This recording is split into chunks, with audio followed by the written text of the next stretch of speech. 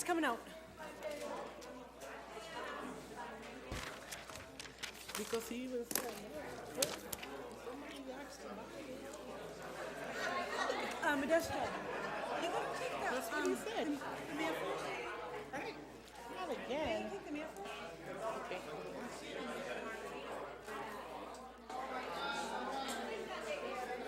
These ones? Or you got which one again? No, no. You know, Mark, just take these. I'm ready. Mark, how you doing, Mark? We can do the fried chicken. Huh? We do the fried chicken. After the public hearing. See, we just come back.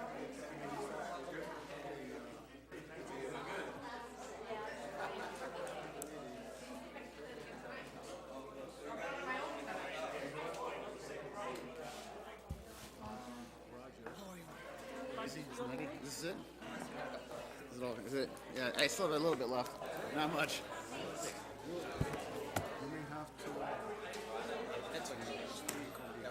We need all 6 to get that thing out of housing. Thank you. I did? I wouldn't be allowed to go home if I did it? 1 and 2.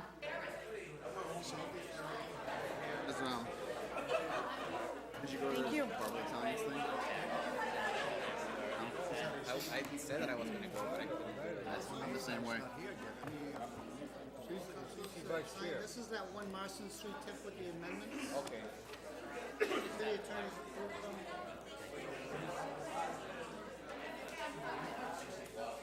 They included you in the charter, by the way, on the budget. Hey, hey, how are you? We made it back. Thank you so much for your help. That was awesome. Thank you. Yeah. They said Mark Am I doing what? Am I doing? I won't bore you with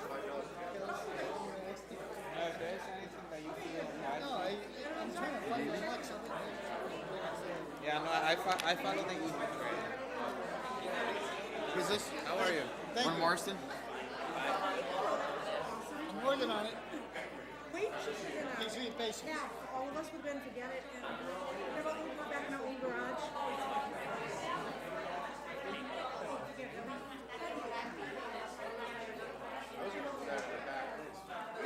We either take something out of the housing committee tonight with 6 votes to make it happen. We have we're 6. Okay, good. We need everybody to vote yes on that.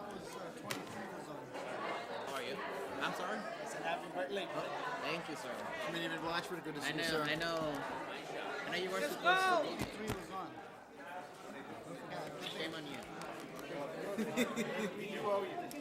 Big time. Yeah, I was mistaken. I thought And someone. I'm still waiting as to when we're gonna. Yes, I have to get up early. me too.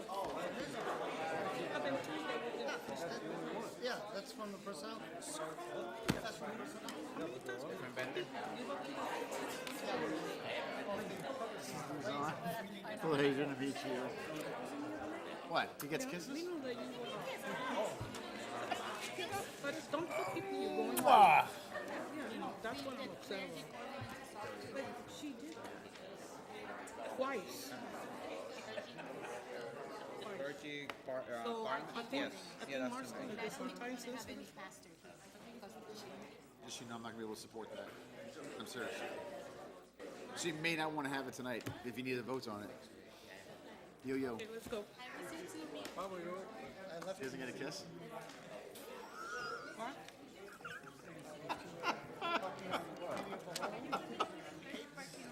the committee, the whole committee. It's from. Mercy. It's not a standing committee of any type. It's common. Okay. I will do that. I use deaf on that side anyway.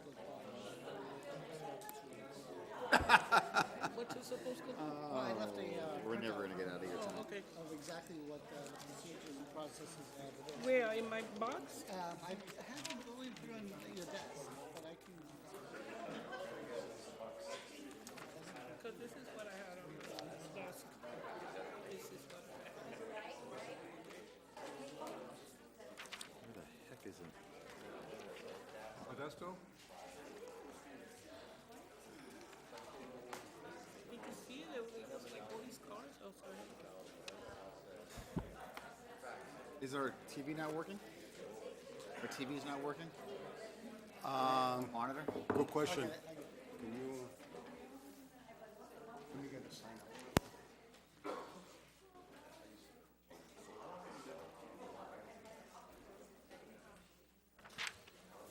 Let's go to the dinner. No. Went to the dinner.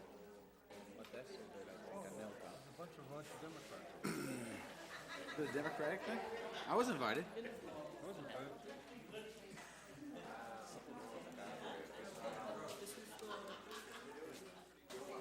Cable service has been shut off. For the usual reason. Non-payment? What the heck is that rule?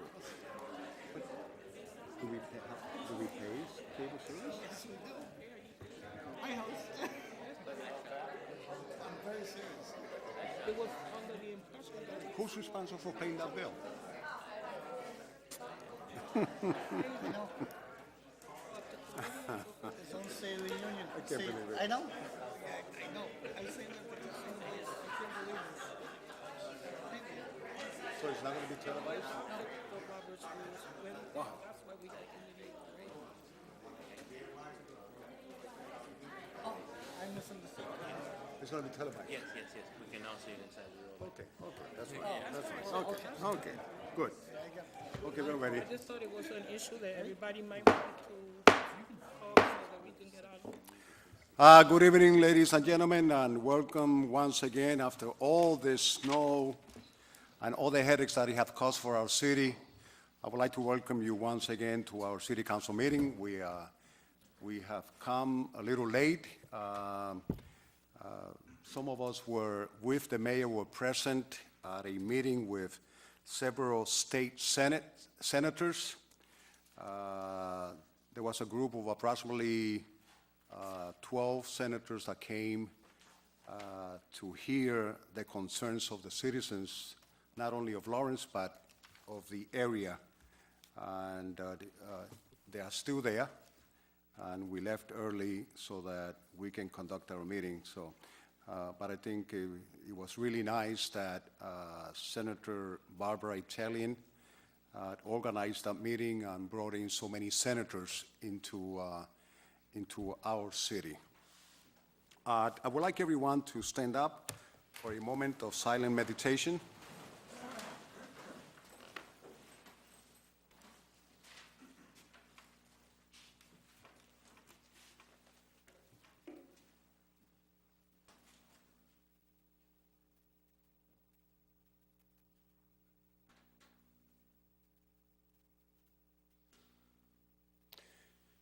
I would like to ask Councilor LaPlante to lead us in the Pledge of Allegiance.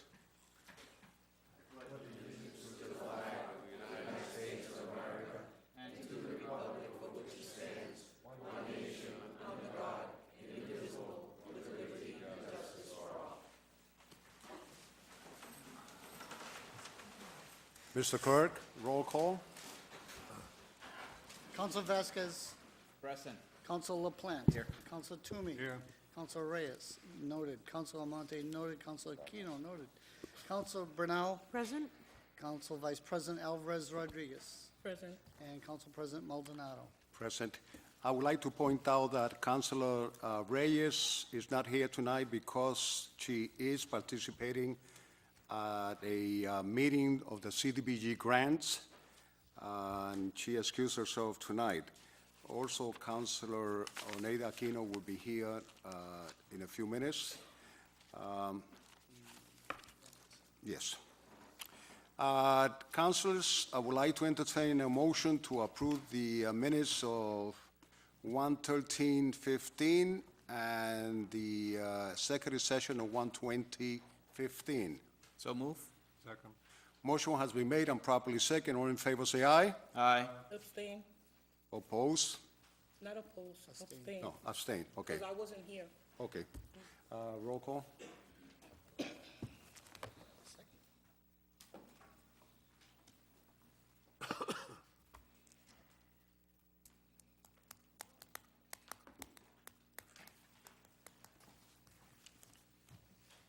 Council Vasquez, Yes. Council LaPlante, Yes. Counselor Toomey. Yes. Counselor Reyes, noted. Counselor Almonte, noted. Counselor Aquino, noted. Counselor Bernal. Yes. Council Vice President, Abstain. noted. And Council President Maldonado. Yes. 5. We will move now into the public participation. Again, I would like to remind all the participants that you have 2 minutes. Please hold to that time, and Councilor Bernard will be keeping the time, and she will give you the first bell to let you know that you are getting close to the end of your 2 minutes. I would like, first of all, to recognize a state official, Mike Sullivan, from the Office of the Campaign and Political Finances Department. Thank you, Mr. President, members of the council. Speaking to you tonight about the change in how campaign finance reporting is done in 8 cities in the Commonwealth, including Lawrence. Previously, you reported through the city clerk's office. That has changed. You report through our office, through what's called the depository system. My purpose for being here tonight is to encourage you to complete the form, if you haven't already done so, the so-called D-103 form, the appointment of a depository bank. In this system, the bank does much of the reporting. You do some of it. You do reporting in regards to your contributors. The bank does the reporting in regards to the expenditures. It's the same system that statewide candidates use, county candidates, and some of the other larger cities prior to this change in the statute. We are available to help you all the way through the process, okay? If you call the office, we will walk you through. You have an auditor who's assigned to your account. You need to take that form, complete your portion of it, go to the bank, have the bank complete their portion of it, and if the bank has questions, if you get to a customer service rep who doesn't know what they're doing or is unsure, have them call us while you're there. We have a bank liaison. We can walk them through through the process. We can also tell them who in their bank they should deal with. Okay? It's really the hardest part of this process is getting into it. Once you have your portion completed and the bank completes their portion, it is your responsibility to get it to us. Don't leave it with the bank. Okay, we've had candidates who left it at the bank and it's gone and we can't find it. We need to get that document back. Obviously, it's a legal document, so that we can notify the bank that it's okay to start reporting from our end. This is a very important process to make sure the disclosure is done right. The legislature's decided that these 8 cities will do it that way. So we will walk you through whatever we need to do to get you into the system. You will also have to file an initial report, similar to how you did in the past with us, that will cover the first 2 months of this year. Generally speaking, we expect that there won't be a lot of activity between January and February, especially in a cold, snowy situation like we've had. And then starting March 1st, the bank will be doing the reporting. Every 2 weeks, we get a report from the bank that says you raised X money and spent X money. When we get the information on what is raised, we then go to you and say, you need to provide us with who your contributors are. We merge the 2 reports, and they're out there for the public to see on our website. Pretty good disclosure system, worked very well. It's worked very well for over 40 years and worked extremely well in the race we just had for all the statewide levels, especially the Baker-Coakley race. Our website is a treasure trove of information. We encourage you to look at it, but we hopefully will be able to get these forms in very, very quickly. I know one counselor told me he mailed it in today. Another counselor already have it. The mayor's is in. I encourage everybody to get it in as soon as possible, and call me. I'll get you to your auditor. Call me tomorrow. Call me the next day. Unfortunately, I'm there every single day. And I was in Saugus tonight and did a seminar earlier tonight. So I'd like to get this wrapped up, get everybody in Lawrence into the system, much as I'm doing in Lynn, in Brockton, in New Bedford, in Fall River, in Somerville, in Newton, all over the Commonwealth. So if you could help us out with that, we'd greatly appreciate it. And I'll take any questions you might have. We're not allowed to ask questions. In other words, I don't want to have to call you at home. No, just, Mr. Sullivan, in our conversation today, you mentioned that we spoke about the different banks that do qualify. Can you mention some of those Sure. banks that The are bank- in our city? Absolutely. Banks do not have to participate in this. So whatever bank or credit union you're with, when you speak to them, if they are already in our system, they'll probably know it, or they'll be able to call somebody. If they're not in, they have to make a baseline decision as to whether they will or will not stay in. I can tell you that the major four banks, by that I mean Bank of America, TD, Citizens, and Santander, they all are in our system. They all file with us. If there's a small local bank up here, or a credit union, for example, I live in Newburyport. If I were to go to the Institution for Savings, my local bank, I know that they don't participate in the system. So I would have to move my account from one bank to the other. So that's an important aspect to bring up. Definitely. Just point of order. Yes.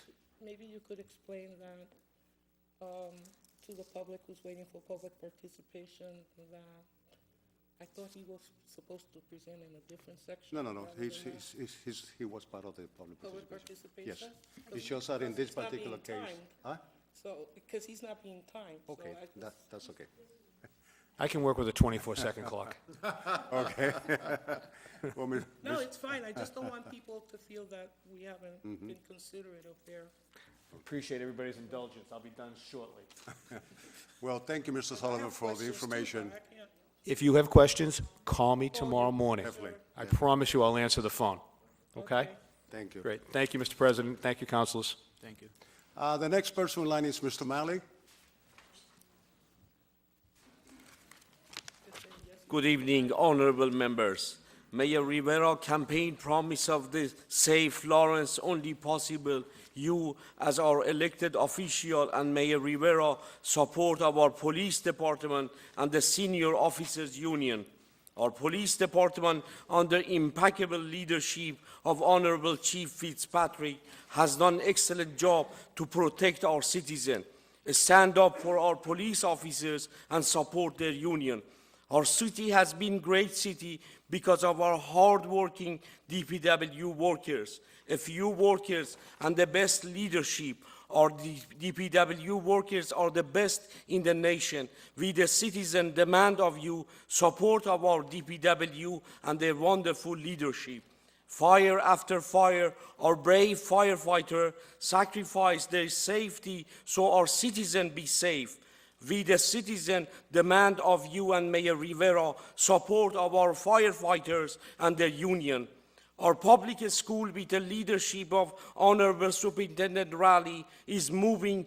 Turnaround plan is working. We, the citizens, support our teachers and their union.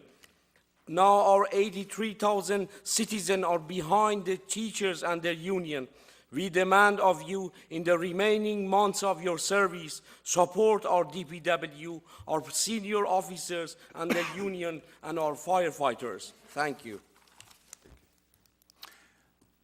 Our next speaker in line is our fire chief, current interim fire chief, Richard Schaefer. Oh, I'm sorry, our former fire chief. Hi, Richard Schaefer, 22 Barnard Road. I think you all know that I was fire chief from 1993 to 2003, and I was on the recent search committee. And I just would like to tell you a couple of things. Number one, under the leadership of Lisa Teresi, the mayor's chief of staff, and the direction of Frank Benet, the personnel director, I thought the procedure or the methods that we went through were very professional, very above board. I think all the candidates were treated fairly, and I don't think any of them had any questions about any favoritism at all, that everybody was asked pretty much the same questions. We had good conversations with all of them, and I was kind of proud to be part of that process. Next, I would like to say that the Mayor Rivera's appointment of Brian Moriarty, I think, was an excellent choice. I think he's proven through his experience working up through the ranks of the fire department, working in all different facets of the fire department, up to deputy chief, is admirable. But another thing that I really like is that he's prepared himself for this job. He's got the certifications, he's got the education, which today is part of the norm in the fire service. And I think he's got what it takes, and I was very happy to be part of the process. Thank you. Thank you. The next person in line is Fausto Nunez.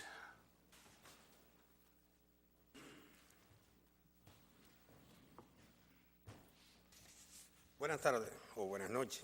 En español. You have someone to translate?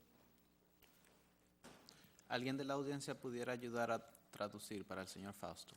Is there anyone in the audience that would like to translate for Fausto? Fausto, O yo lo puedo... we cannot translate, the city council cannot translate anymore for individuals. Okay?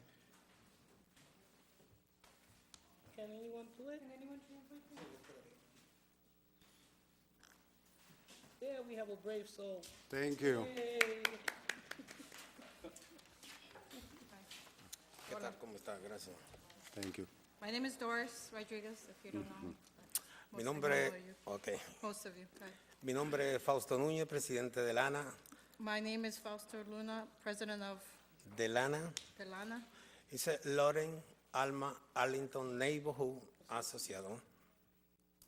Solo le pido en este día I only ask this day no mirar a la derecha, not to look to the right, no mirar a la izquierda, not to look to the left, mirar mirar de frente, to look forward, muy de frente por el bien de nuestros hijos to look forward for the betterment of our children y los hijos de nuestros hijos. and their children as well.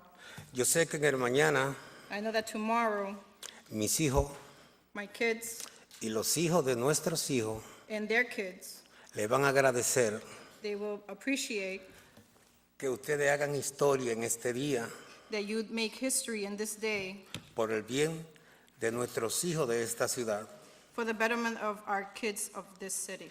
diciéndole que sí, aprobando esta petición que es por el bien de nuestros ciudadanos. Saying yes, approving this petition, which is for the betterment of our citizens.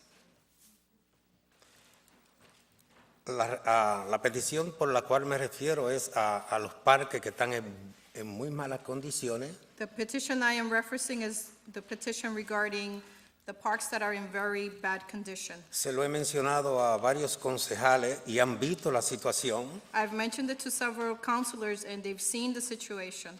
Tengo niños desde la edad de 9, 15 y también tengo adultos. I have children of the age of 9, 15, and also adults. Es decir que por favor So please, hagan historia en este día. please make history today. Muchas gracias. Thank you. The next person in line is Dick Russell.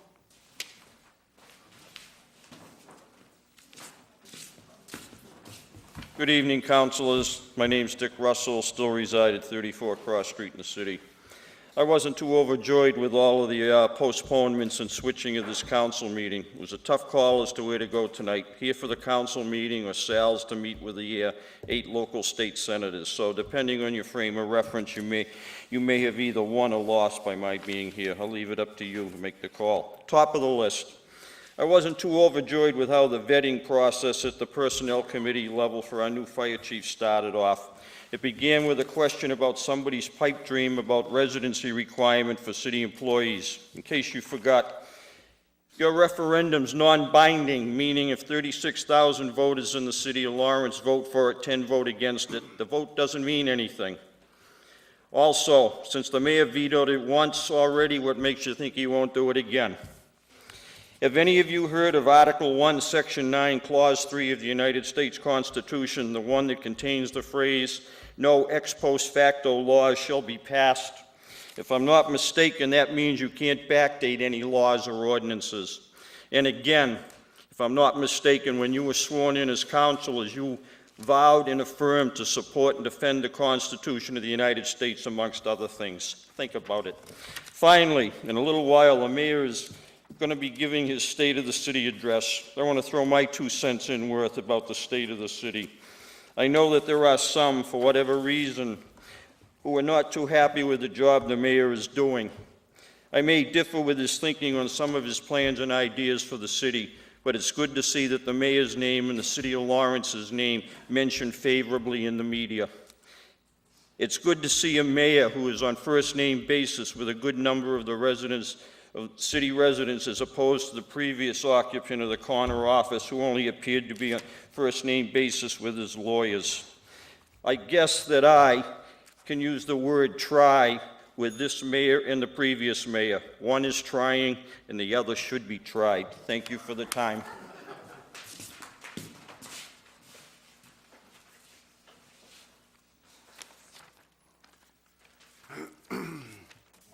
Council, I would like to move a document out of order. Item number 2. I'd like to entertain a motion to move it out of order. Document 4015. Document 4015. Motion has been made and properly second. In favor, say aye. Aye. Opposed? The ayes have it. Is the mayor outside? Can somebody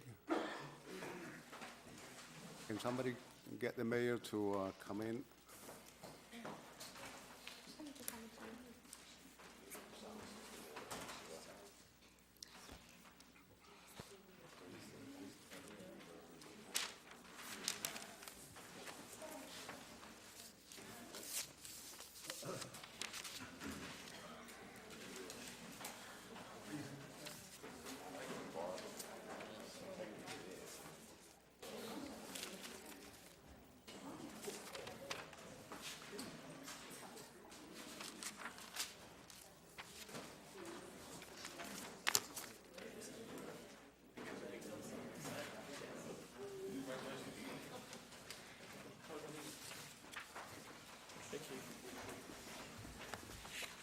Councilors, I apologize. I was just waiting to go in order, so.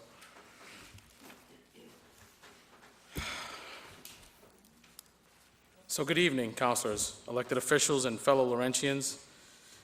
And if anybody can put the volume down on this, it'd be greatly appreciated, Bill. I stand before you tonight a bit battle-worn, if not from the end of my first year in office, definitely from shoveling snow and fighting a winter season that has, according to most accounts, in just the last few weeks between January 27th and today, brought us multiple blizzards and 7 feet of snow. This snow damaged roofs, burst gutters, destroyed roads and sidewalks, closed schools and businesses, shut down highways, crippled public transit, and trapped people in their homes. The infamous blizzard of 1978 brought around 27 inches of snow and shut down the region for a week. In less than a month, we've seen more than 3 times as much snow. The temperature has hovered between 5 and 25 degrees, so none of the snow and ice have melted yet. A winter of historical proportion that has had the governor in most major cities of the Commonwealth calling for help from the National Guard and getting equipment from surrounding less affected states. I would like to take this quick opportunity to recognize John Isensi and his staff for all the hard work they have done through these trying times. It has not been easy.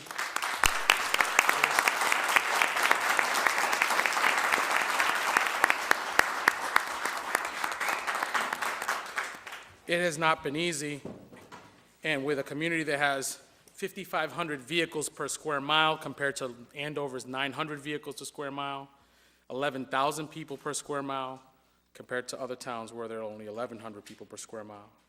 It has not been easy. With all our snow removal obstacles, however, we are fortunate to have a community that has both supported us in our efforts to remove the snow and has the stamina to withstand the harsh winter conditions. And having survived this alone makes us a strong community. So tonight, I hope to provide to you a State of the City address that not only explains the accomplishments of our administration, but that shows a city turning the corner in a new direction. One of the professionalism, one of transparency and results-driven governing.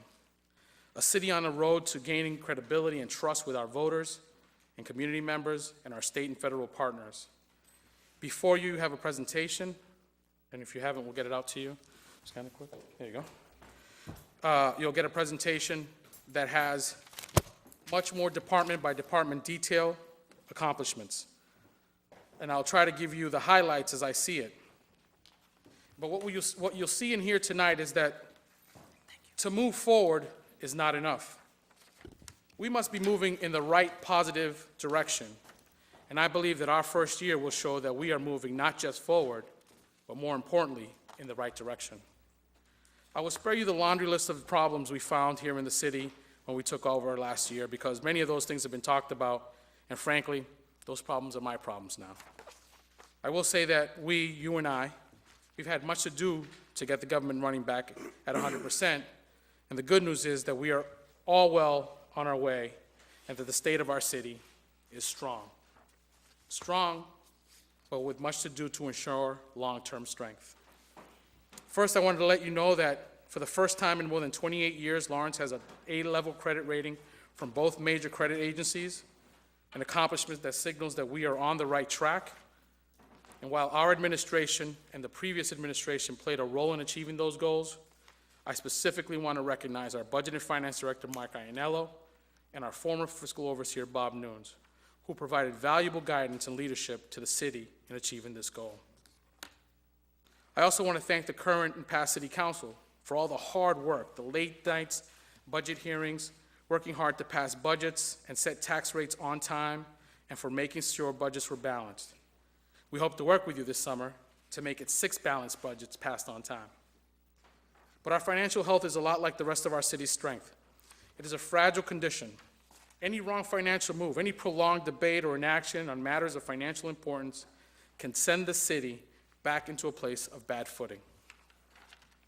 I want to thank you personally for doing all that you do, and I'm hopeful that this council and I can continue to work together to ensure our city's financial health. So what have we done in the last year?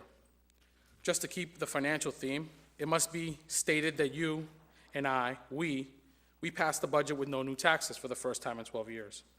We received $1 million in grants to continue fighting crime in our neighborhoods. Our newly reorganized Office of Planning and Development, headed by Teresa Parks, applied for $15.9 million in funding from different developments and projects in our city, and they were awarded $14.4 million of that. That includes $2 million that we got committed by the EPA to begin to clean up the Merrimack paper site. That is 91% success rate by Teresa and her team. Permits from Inspectional Services Department went up 15%, representing more than $51 million in construction. Also, because of continued conservative financial management, a spending freeze we put in last year and a 5% cut to non-public safety budgets, we were able to grow our free cash number to $9.5 million. Even with the new loans for public safety you just authorized, and again, thank you so much for authorizing the loans for those vehicles and for the much needed work to the firehouses. Even with those loans, we still reduced our long-term debt by almost $10 million. Factoring in the property values across the Commonwealth went up. Ours were no different. Lawrence property values increased by $56 million. But more importantly, our new growth went up by $1.6 million.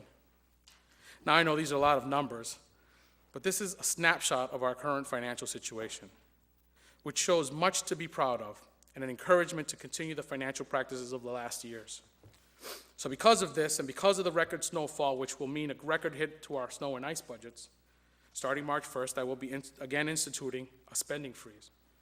This will ensure that we have to use less of our free cash money to close out the fiscal year. And I again want to be conservative in our spending. So what have we done in the past year to make Lawrence better for people?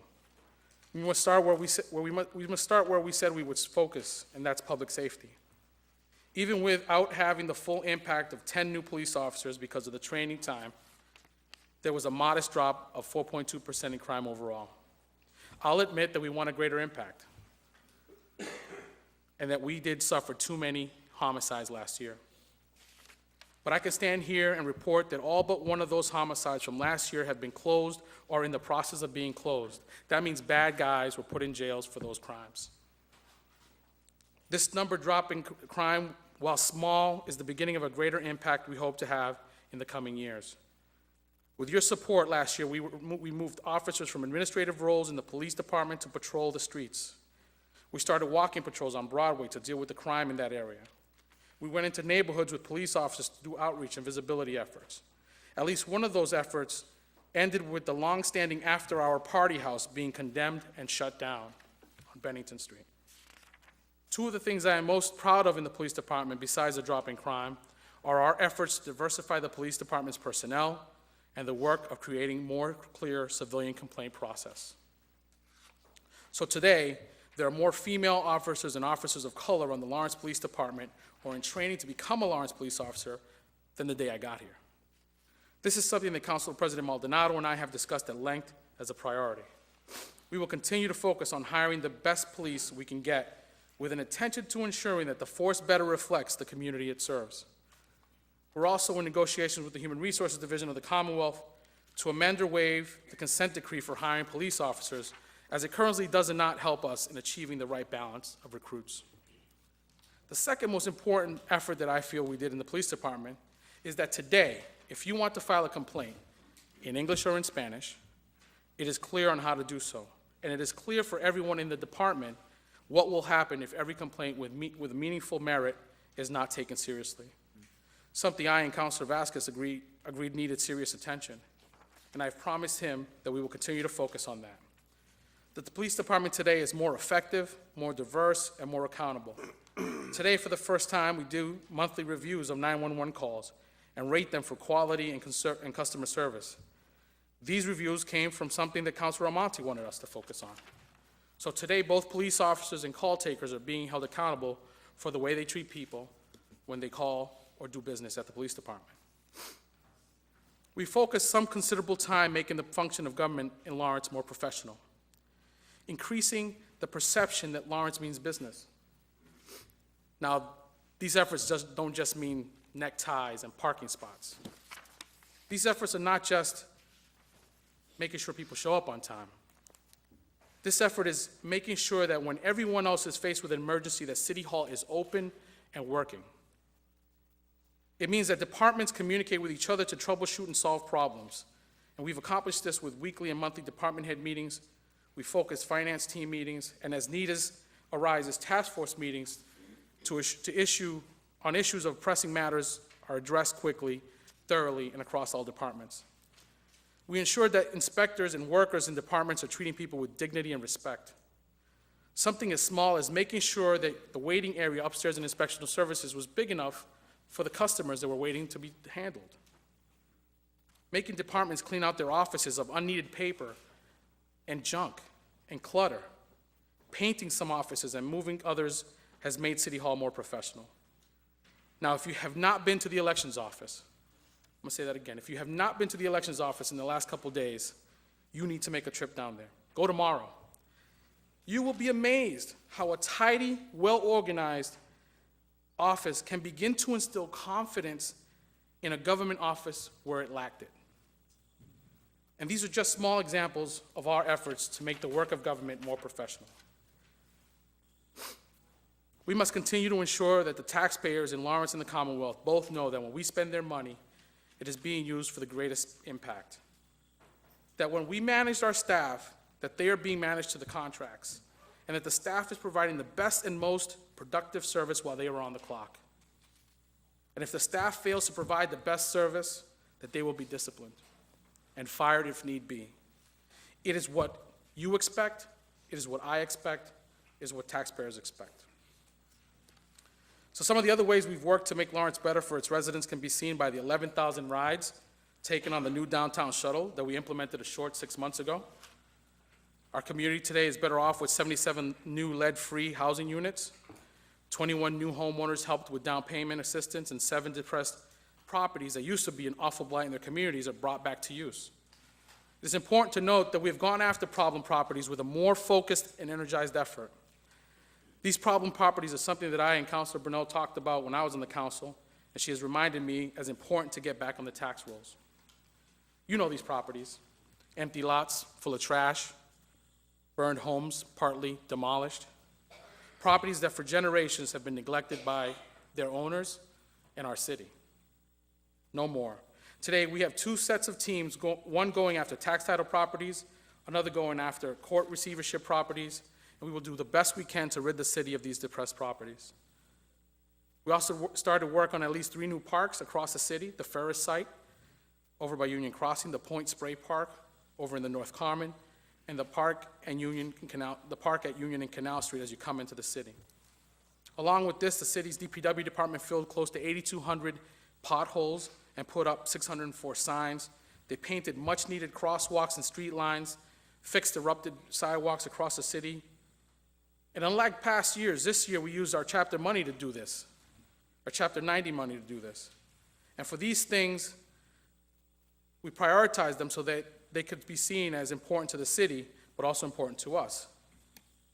We did sidewalks and street lines, and we were still able to repave 31 of the city's worst streets. Something that has been near and dear to Councilor Toomey's heart has been the water infrastructure. And the water department rehabbed over 18,000 feet of water mains, inspected, they cleaned 91,000 plus sewer mains. All this are going to give taxpayers and ratepayers a better water public infrastructure, but more importantly, it's going to give firefighters the much-needed water pressure they need and they have been deprived of in fighting fires. I must again thank you for your help in funding the Clean Lawrence project this summer. Together, we hired 25 temporary workers to help clean our city streets. A special thanks to Councilor Reyes, who encouraged us to put in an education function, so we put together a flyer that was produced and dropped in every neighborhood that the team cleaned. I'd also like to mention the work we did to bring light to our downtown. Councilor Aquino brought to my attention a problem that we had on Essex Street and Common Street, something that we had on our to-do list, but we used her encouragement and the encouragement of other councilors to fast-track the purchase of 130 new LED lights for our downtown. So for the first time, and I'm not sure how long, Essex Street and Common Street and Methuen Street are both bright and welcoming. This is just the start. We also began to look at traffic patterns and with small changes made commuting a better experience for thousands of our residents, something that was of particular importance to Councilor LaPlante and the members of the Colonial Heights neighborhood. This is the type of cooperation that the members of our community want, the type that brings concrete results. So in an effort to improve the readiness of our workforce, which is really the workforce for the Merrimack Valley, we increased the total seats of ESL classes for adults. Helping People also included 65,000 units of service provided by Senior Citizen Center. And by the way, we finally put an AC in the Senior Center where they play dominoes, a much-needed and overdue enhancement. So along those same lines, you should know that 2,000 veterans and their families visited our Veterans Office looking for service. So as you can see, we've been quite busy. We have focused on enforcing some of the most annoying of the violations of ordinances we see in the city.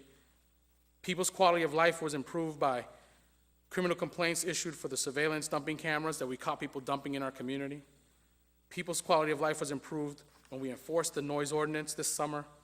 And yes, even the enforcement of the parking ban improved people's quality of life this winter.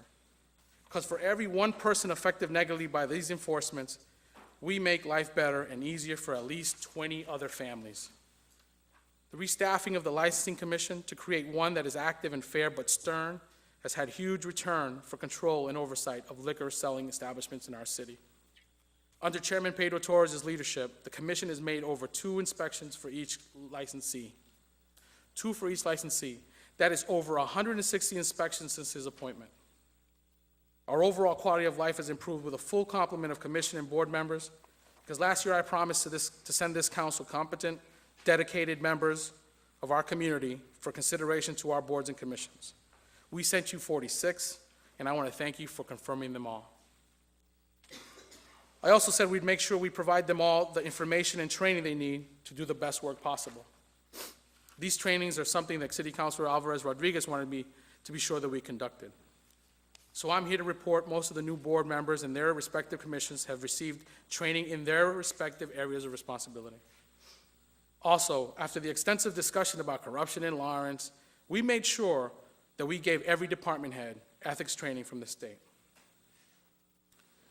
So I have to talk to you about our schools. Not sure what I can say about our schools that the former governor, the new governor, the Secretary of Education at the federal and the state level, along with the National Teachers Union and almost every review of the progress in our school has already been said. 6 level 1 schools and more coming. Graduation rates are up and dropout rates are down. MCAS scores are getting better and better, and overall, the performances compared to our peer gateway cities are getting better. The high school is being reimagined with a 9th grade academy, the Abbott Lawrence Academy, an exam-like school. They're going to move to a single bell system and a more unified high school model. Things are looking good all around. I look forward to continue to support Superintendent Riley and his staff in making our school effective and successful. You should know, however, that we have had steady growth in enrollment over the last 3 years. So that means for us, this council and I, that sometime this year we will have to have some conversation about new space for the growing student population. Also, we've completed the move for the school department from underneath a financially oppressive lease. They're currently being housed in the old high school. We are on a path where we are looking for a property to purchase and move them back into in the near future. But other than that, the schools continue to do their progress at a remarkable pace with little to be concerned about. The last thing that I will mention is something that is hard to measure. This is a thing that is fragile, and if not tended to effectively and regularly, can be more damaging than 20 blizzards. And that is Lawrence's reputation. With your help, in a short 12 months, we have been able to start to change how we feel about ourselves, how our neighboring communities feel about us, and how our state and federal leaders feel about us. We have had countless positive news articles in our own local daily and weekly papers. We've had over 32 positive stories in the Boston print media, 32. Not to mention the numerous positive television stories about the progress we're making here. The people of Lawrence have begun also to believe that we can be, and that if we continue to work hard together, we will be a better Lawrence. State leaders now think of Lawrence as a place to showcase their agendas and their programs. Former Governor Patrick, current Governor Baker, Senate President Rosenberg, who's here today, Speaker DeLeo, who's coming this month, U.S. Senator Elizabeth Warren, and Ed Markey, who was here the other day, and our very own Congresswoman Nikki Tsongas, all of them are anxious to help us in our effort to make Lawrence better.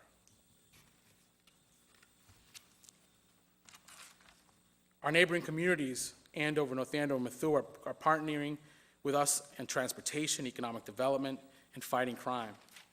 Today, people are talking about Lawrence. From Boston to Washington, from Andover to Haverhill, Lowell to Newburyport, people are talking about Lawrence. Not in those hushed, shameful, negative tones from the past. No, today when they talk about Lawrence, they're talking about how something good is happening here and how possibilities abound in Lawrence. Now, I know what you're thinking, and I don't want you to think that for a minute that I'm taking credit for all of that. What we did in this small year, you and I, was get out of the way and support all the great things that have been happening here in our city for years. Teachers working hard to teach kids, cops working hard to make our city safe, people making a living, trying to raise their families, has been happening forever. And our families deserved what they get today. So all that stuff has been happening, and all we did was open up the door and welcome people in to see for themselves. So for all of the things that I've listed, and for all the work of this city council and our school committee, our state representatives and our senator, and of course the hard work of the people of Lawrence themselves, the hope we had a year ago today, because I said last year that the state of our city was hopeful. The hope we had a year ago today has materialized in a list of accomplishments we can all be proud of. A list of accomplishments that we could not have done alone, a list of accomplishments that if without your support, we could have not accomplished. But this list will let others begin to see, others can see that the state of our city is strong. And that we, this council and I, our school committee, and everyone that has a role to play, will ensure it remains strong for many years to come. I thank you for your time. God bless us, and God bless the city of Lawrence. Thank you.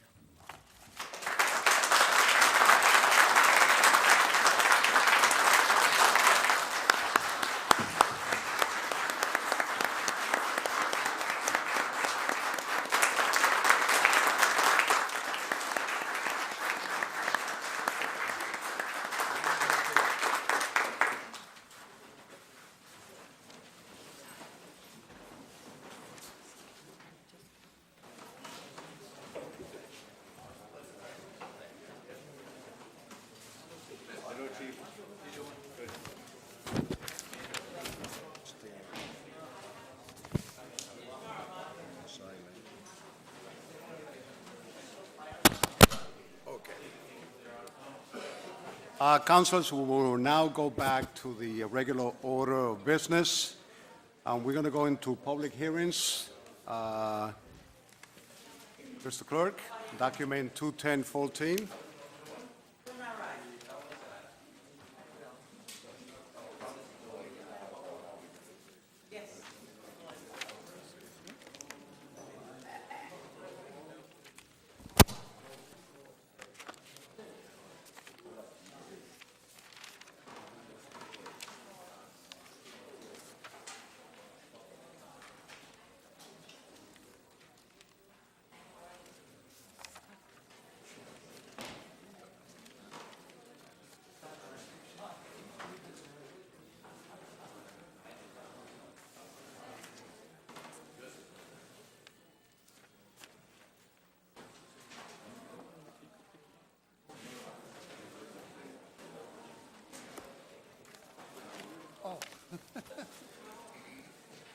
Document 210, 2014, in City Council, February 3rd.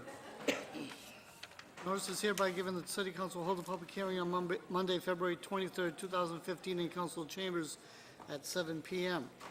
The purpose of said hearing is to gather testimony, information, and public input concerning a proposed amendment to the revised ordinances for the City of Lawrence by deleting the current section 204-081 of the code, temporary appointments, and inserting in its place instead the following new paragraph. The new paragraph was identified as proposed ordinance number 1 as provided by the City Council. Temporary appointments outlining sections A, B, C, and D of those temporary appointments and provided in your packets. Persons wishing to be heard on this matter shall be afforded the opportunity as published. Is there anyone in the public that would like to speak on behalf or against document 21014, temporary provisional employment appointments, a proposed ordinance change? If there is none, councilors, what is your preference? I move that we approve There- the, Go ahead. I move that we approve the temporary and provisional employment appointments ordinance as proposed. There's a motion on the floor. Is there a second? Second. Motion has been made and second. Comments or anyone? Sure, discussion. Yes, discussion? So- Mr. LaPlante. Sure, so we had a very lengthy debate before putting this before the public hearing. I want to be brief about this because we have a long agenda this evening. I'm not going to be able to vote in favor of this document, even though I was the author of it, because it's been tweaked in such a way where I think it's going to be not, I don't think the mayor's going to be able to support it. The reason why I put this on the council agenda is I want to provide for this mayor or any other mayor the tools needed to make that individual succeed in that office. As it currently stands, this proposal that has been tweaked to bring it down by, it remains at 90 days and does not increase it by the 7-month total that I've offered in consultation with the mayor. In addition, it also has a provision, what I call the poison pill, that takes away the power of the mayor and brings it exclusively in the city council agenda. I don't think that's going to be supportive of the mayor. So I would hope that we would be able to amend this document in the manner that we discussed earlier to do 2 things. One is to increase the timeframes from 3 months for the initial to 4 months, and then also extend it to another 120 days for a total of 7 months. Because this is the reason why this has not happened before. Now we've got a mayor who can tell us that this is what's going to take place to work. So I will offer that and ask that the author of that amendment insert in its place this evening proposed ordinance number 2 that you see inside your packet. Thank you. Is there anybody else? I'm willing to Arlene, accept- are you, hold on, are you? I'd like to speak to, but I'm I'm just saying that. Okay, I'm sorry, go ahead. He asked the author of the motion, and I just want to share, may I use your mic? 'Cause my Oh, I'm mic- sorry. My mic isn't working. Yes, Council President, he asked if I would accept the amendment, and I'm not going to accept it because I think that it provides for the mayor to have even 120 days, even more, if he desires it. We want to kind of make sure that we keep things moving. So even with the 90 days present, we don't follow that. But we're hoping that in the future, we will be able to follow it, and we will be able to provide the mayor with whatever additional times he needs. So that's the only thing in which I find solace in, that he can get additional time if he needs it. Thank you. Thank you. Aline? Thank you, Council President. A proposal, I don't want to say identical, but a very similar proposal was made to this one about 2 years ago under the former mayor, and I didn't support it at that time. I felt that the mayor has traditionally been the hiring authority under the form of government that we have, the modified Plan B or whatever it is, as our charter is accepted under the state law, and that's how it's been. I do believe that our mayor is the hiring authority. I get the point. We've had situations where we've had the planning board or the zoning board, boards that are very vital to our city's development, hanging on by a thread, not having quorum because there's several empty seats and they have to get everyone to the meeting. But we've long established that our mayor is the hiring authority. I didn't support this under the former mayor, and I don't support it under this mayor either, and I wouldn't support it under the next mayor. It's not about who the mayor is. I don't think this is the appropriate, I didn't support it coming out of the committee. This is not something I've been a big fan of. And the additional time made it slightly more appealing because it took away the excuse of, well, 90 days can happen really quickly, especially between June 1st, when we're out of session, usually July, August, getting into September. The end of June, we're focusing on the budget, so you're not looking at appointments.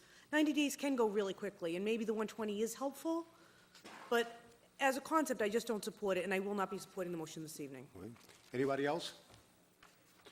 Councilors, for decades, maybe more than that,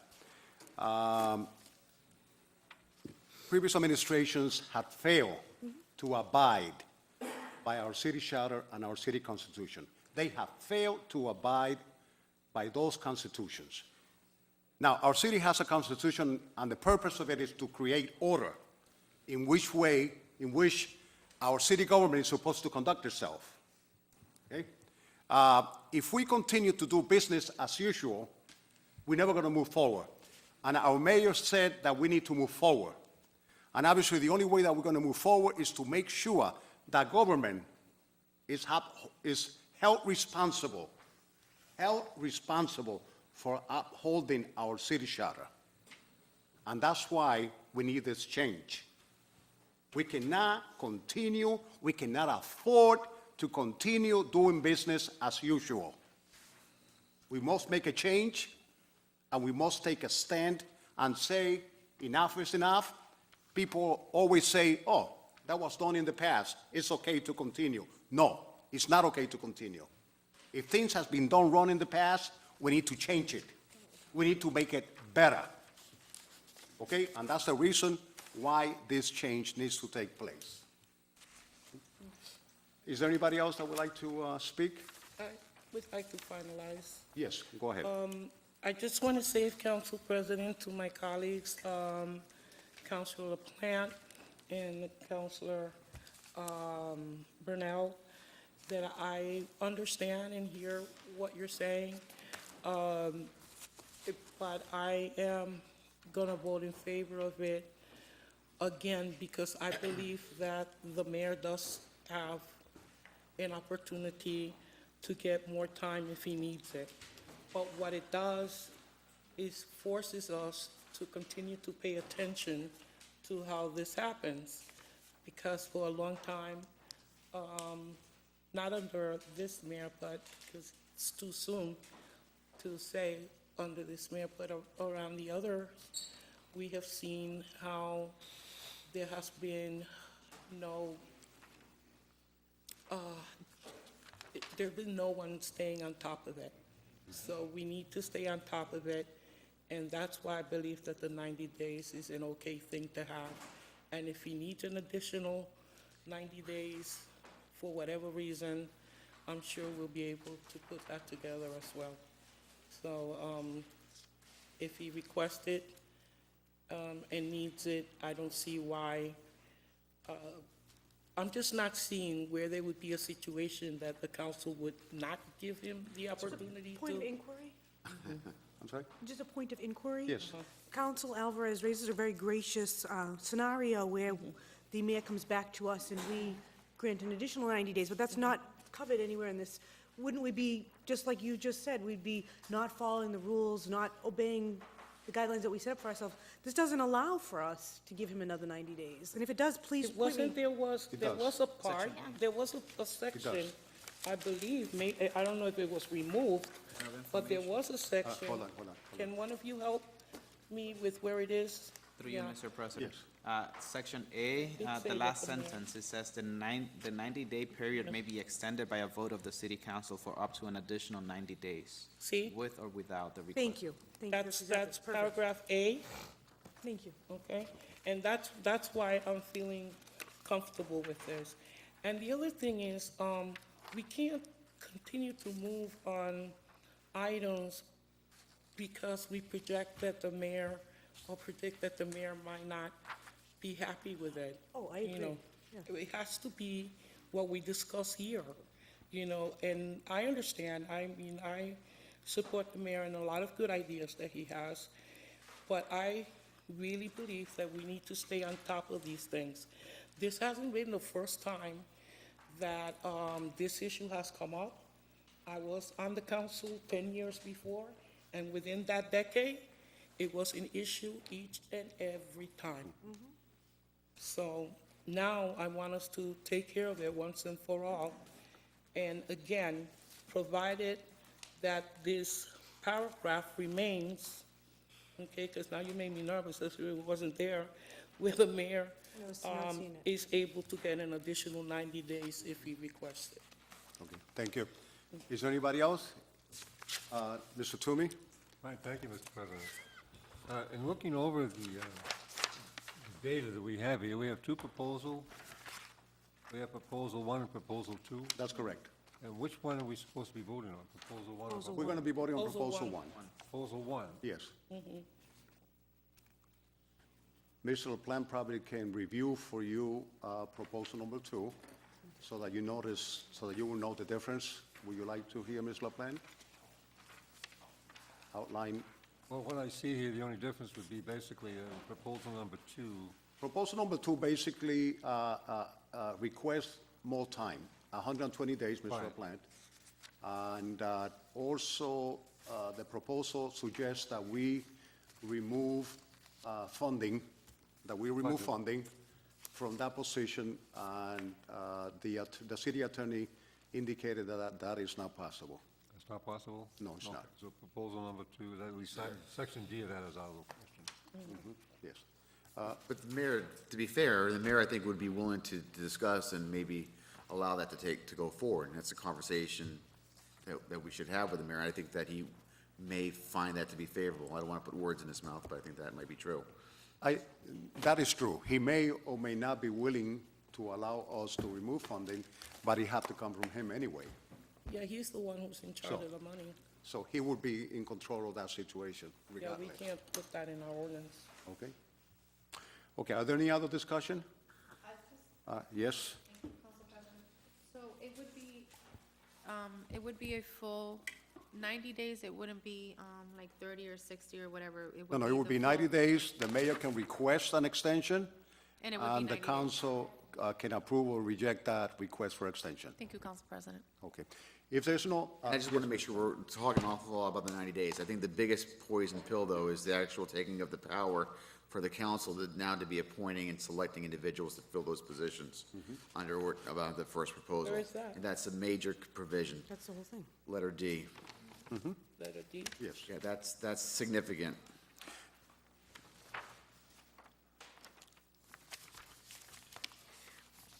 The time is important, but I think the more serious provision is the one that takes away the power from the mayor and vests it with the council when it comes to hiring. That is only if the administration fails to abide by the city charter. And- Only. Is this? Hold on. Are you, Councilor? I'm sorry, Sandy? Okay, Thank do you, have a- Council President. But it also says here that the city council shall authorize the personnel director to post, advertise the position, and receive applications. So it's not just like the city council is the persons on D? Yes, Provision D?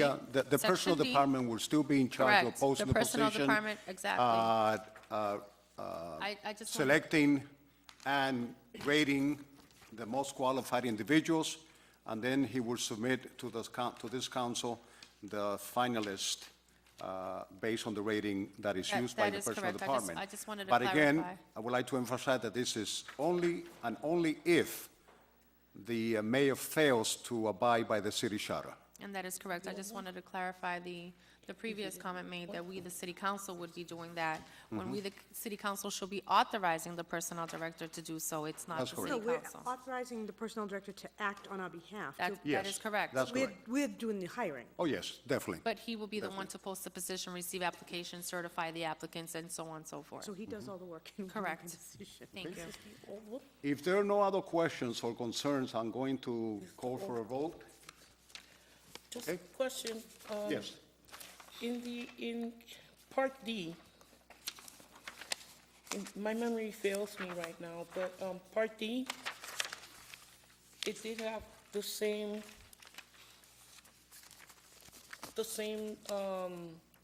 instruction to us. This is the old ordinance.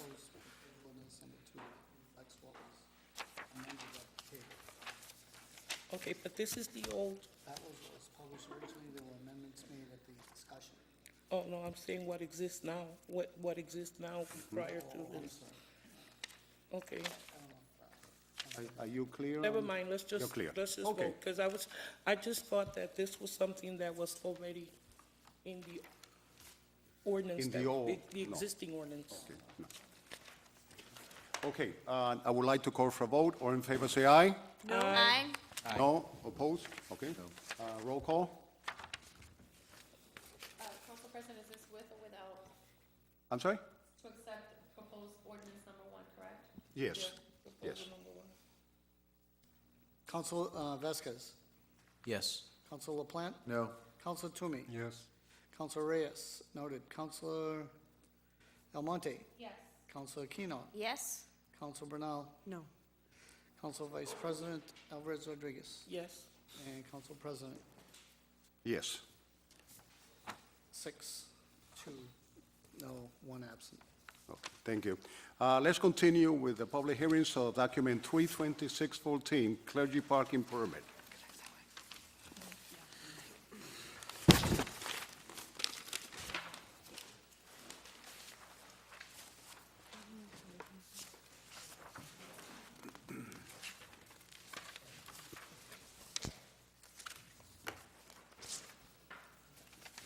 I'm sorry, 326? Yes.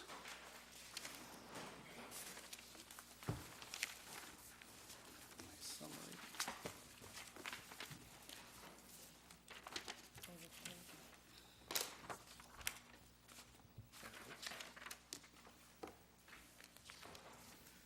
Document 326, 2014, notice is hereby given the City Council will hold a public hearing on Monday, February 23rd, 2015, in council chambers at 7 p.m. The purpose of said hearing is to gather testimony, information, and public input concerning a proposed amendment to the revised ordinances for the City of Lawrence by adding the following new chapter of the municipal code in proper order. Chapter 10.41000, clergy parking program. The advertisement stated the purpose of the program, advertised in full on the website. The program subsections, including definitions, application requirements, permit administration, permit privileges, duration of a permit, placement of a placard, loss or stolen permits, changing of vehicles, revocation of permits, violations, and application of the winter parking ban within that subsection. Summary was published in the newspaper and presented for hearing this evening. Is there anyone in the public that would like to speak on behalf or against document 32614, providing clergy parking permits? If there's no one, councilors, I move that we approve the ordinance of, there's a motion on the floor, and it has been properly seconded to approve document 32614. Discussion. Discussion. Mr. Plant? Can we find out if this has been modeled after any other community? Yes, I believe that there was some research done. Do you remember? You know, I apologize. She's here, isn't she? Ms. Luzon? Or Dan? I had made a little cheat sheet from the presentation that they had done, and maybe Mr., but it was an extra meeting in between our two hearings, so I don't have it with my notes from the ordinance committee, so I That's okay, apologize. that's okay, that's okay. So, Okay. I'm Daniel McCarthy, 225 Essex Street with the Planning Department. We worked on drafting this, so we heartily endorse this, and I'm here to answer any questions if you have any. I got a question. Yes, go ahead. Any other communities have this kind of an ordinance? The only one that we know of is New York City uses this, and this was based in part on New York City's, is modeled in part on our resident sticker as well. And we found that some of the same problems that New York City has are present in this city, that because we lack acreage and space, that there's sometimes a problem with clergy finding parking. So this is a very limited permit procedure. It's time-orientated, and it's based on actual actual work being conducted. It's all identified in the ordinance very specifically. So I'm understand this correctly. So if there is a particular place of worship, church, synagogue, temple, whatever the place of worship is, if you happen to be a member of the clergy, you'll have a special placard, and you'll be able to park in front or near that particular place of worship? Up to 4 hours. Up to 4 hours. So there's already parking there available, but now you've got special parking if you're a member of the clergy. It's for situations where there isn't parking. It's for situations where they're a church that may not be. It's also for if they're attending a funeral, or if they're giving last rites at somebody's home, or visiting somebody in an emergency situation. Those types of things. If any act of conducting of business, they would be allowed to permit park up to that amount of time. I don't know, there's a lot of reasons why people would be supportive of it. I don't think the clergy are a protected class. We were asking the clergy to be at a different level than you or I or anybody else would be with respect to parking, whether it be a church, synagogue, mosque, or temple, or anything else, and parking being what it is in the city. I don't know why we would treat that class of individuals any differently than they would treat you or me or anybody else that's here tonight. And I get that they want to have a convenient spot, et cetera. But most of us who are looking for parking, we've got to find parking wherever we can find parking, and to provide some sort of special consideration. I just think that might send a wrong signal, a wrong message. And many may disagree with me, and I accept the criticism, but that's my belief. Is there anybody else? Yeah. Yes, and then, I will yield oh, to. you yield to yield I to my feel badly that Councilor Plant didn't have the benefit of the subcommittee meeting there were several members of the clergy that were there that did express to us both one-on-one before and after the meeting, and then in the group, situations, they pull up to a funeral home, especially in North Lawrence. It's really tight neighborhoods. There's not adequate parking. Maybe there's no parking on one side of the street. It allows them to park there for 20, 30 minutes so they can go in and say the prayer with the family and get out of there versus trying to circle the block for an hour. The service is over before they can even get in there. I do think you raise a really valid point. Parking is at a premium in our city. But I do think if you honestly heard from those clergy members one-on-one, you would have the understanding of the different unique situations that they do run into. I respect your decision, and if you don't support the motion, I respect that. I do think that we do have really a lot of parking situations. We have several different classes that have unique circumstances, but when they kind of explain some of the different things that they run into on a daily basis, between trying to run in and out of the hospital, trying to run in and out of funeral homes, I just talked to a priest who had to do 8 funerals in 4 days. You know, if he's trying to find parking for all 8 of those, he's trying to meet with the families before and after so he can give a nice eulogy on each and every one of those. It's a lot. So I think to give them that small cut, I don't think there are people that would abuse the privilege, and the maximum is 4 hours. It's not something they can leave their car on the street for days. It's a 4-hour maximum. So if there was a funeral situation, they can go in, do the whole service, and not worry about being pressed for 1 or 2 hours. But at the same time, in most instances, it's usually 30 to 45 minutes that they really need of the time. Thank you. Thank you, Council President. Councilor Rodriguez, Alvarez Rodriguez. Yes, I want to agree with Councilor Brunel. I've had the privilege of talking with people one-on-one for a while now, as they've been waiting for us to decide on this. And I have witnessed, because they have called my husband from a legal perspective, to come out at 1 and 2 in the morning. This is the kind of services that these people give out, that they will be out there at 1 or 2 in the morning when a spouse has been beaten and, and there's been a violation of an order of protection, and they're so close to the church, that they would listen to the clergy in terms of how to continue, and of course then the actual legal advice. But the kind of dedication that I've seen among the clergy members is really something admirable. And I think that if we can just lend a hand, a little support for them to provide those services to people in our community, that we should do so. Because they've been doing a lot of good things, a lot of good work, a lot of positive things that need to be addressed, that we as a city oftentimes cannot address or even have a program for. So, thank you, Council Thank you. President. Okay, let me take this to a vote. All in favor, say aye. Aye. Opposed? No. Roll call, please. Council Vice President, Yes. Council Brunel, Yes. Council Aquino, Yes? Council Almonte. Council Reyes, noted. Council Toomey, Yes. Council LaPlante. No. Council Vasquez. Yes. And Council President Maldonado. Yes. Okay, let's continue our public hearings with document 36014. Mr. Clerk.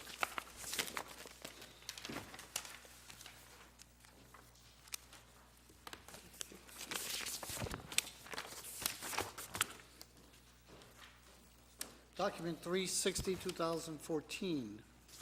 Notice is hereby given the City Council will hold a public hearing on Monday, February 23rd, 2015, in City Council chambers at 7 p.m. The purpose of said hearing is to gather testimony, information, and public input concerning a proposed amendment to the revised ordinances for the City of Lawrence by adding a new paragraph to Section 10-36010 concerning prohibited parking at all times to be inserted in the proper order. Concerning Ferry Street, south side at the intersection of Campo Seco in an easterly direction to a point 110 feet easterly of Campo Seco Street. Ferry Street, south side from the intersection of Campo Seco Street in a westerly direction to a point 65 feet westerly in the intersection to the intersection of Campo Seco Street. And Ferry Street from the west side from the intersection of Ridge Road to a northerly direction to a point 65 feet northerly of the intersection of Ridge Road. To the extent that there exist any other ordinances to the contrary, they are repealed. In that respect only, persons wishing to be heard shall be afforded the opportunity as published. Is there anyone in the public that would like to speak on behalf or against document 36014, parking review of Ferry Street? If there's none, councilors, what is your wish? Motion to approve? Second? There's a motion to approve, and it has been properly second. Any discussion? Please waive the 30 days. I'm sorry? Can we please waive the 30 days? Okay. The motion has been made and properly second, and to waive the 30 days. Discussion. Yes, go ahead. Just a quick question Yes. for the council. Through you, Yes, go ahead. Councilor Almonte? Yes, Councilor Alvarez? I know that parking is always an issue for people looking to park, and we're going to be eliminating parking on the streets. Is that something that? Officer Scanlon and I reviewed the parking issues. A lot of people like to be convenient and park in front of their homes.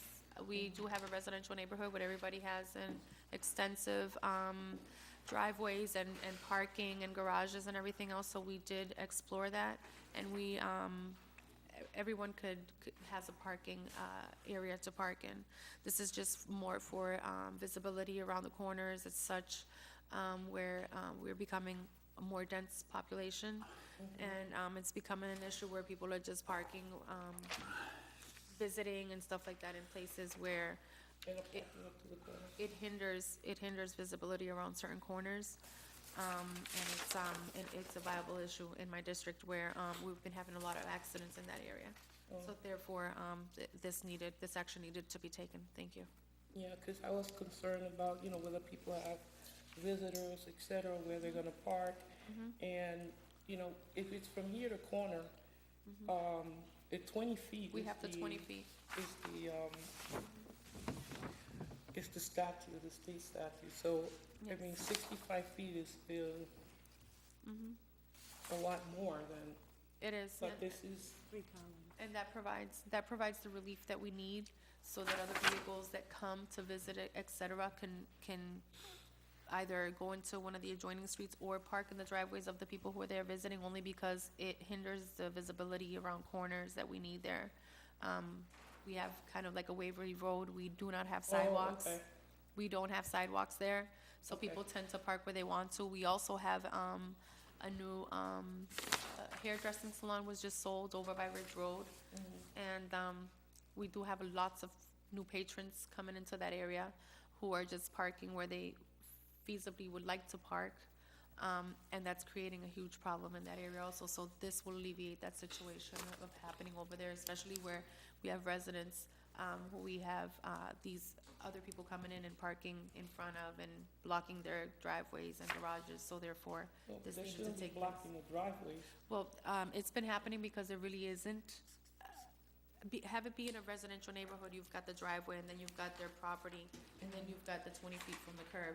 So, when people come in to get their hair done and stuff like that at these places, they wanna park, since they know they can't park 20 feet from the, so then they block 5 feet of someone's driveway, and have it being a residential neighborhood where we have a lot of elders and no sidewalk, it hindered their situations.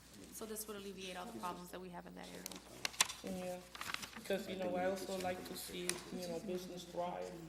I So, would in too, terms to balance it I all. would too, but But if have, you're saying that, that is, no, and I would, not 100%. working for everybody, then.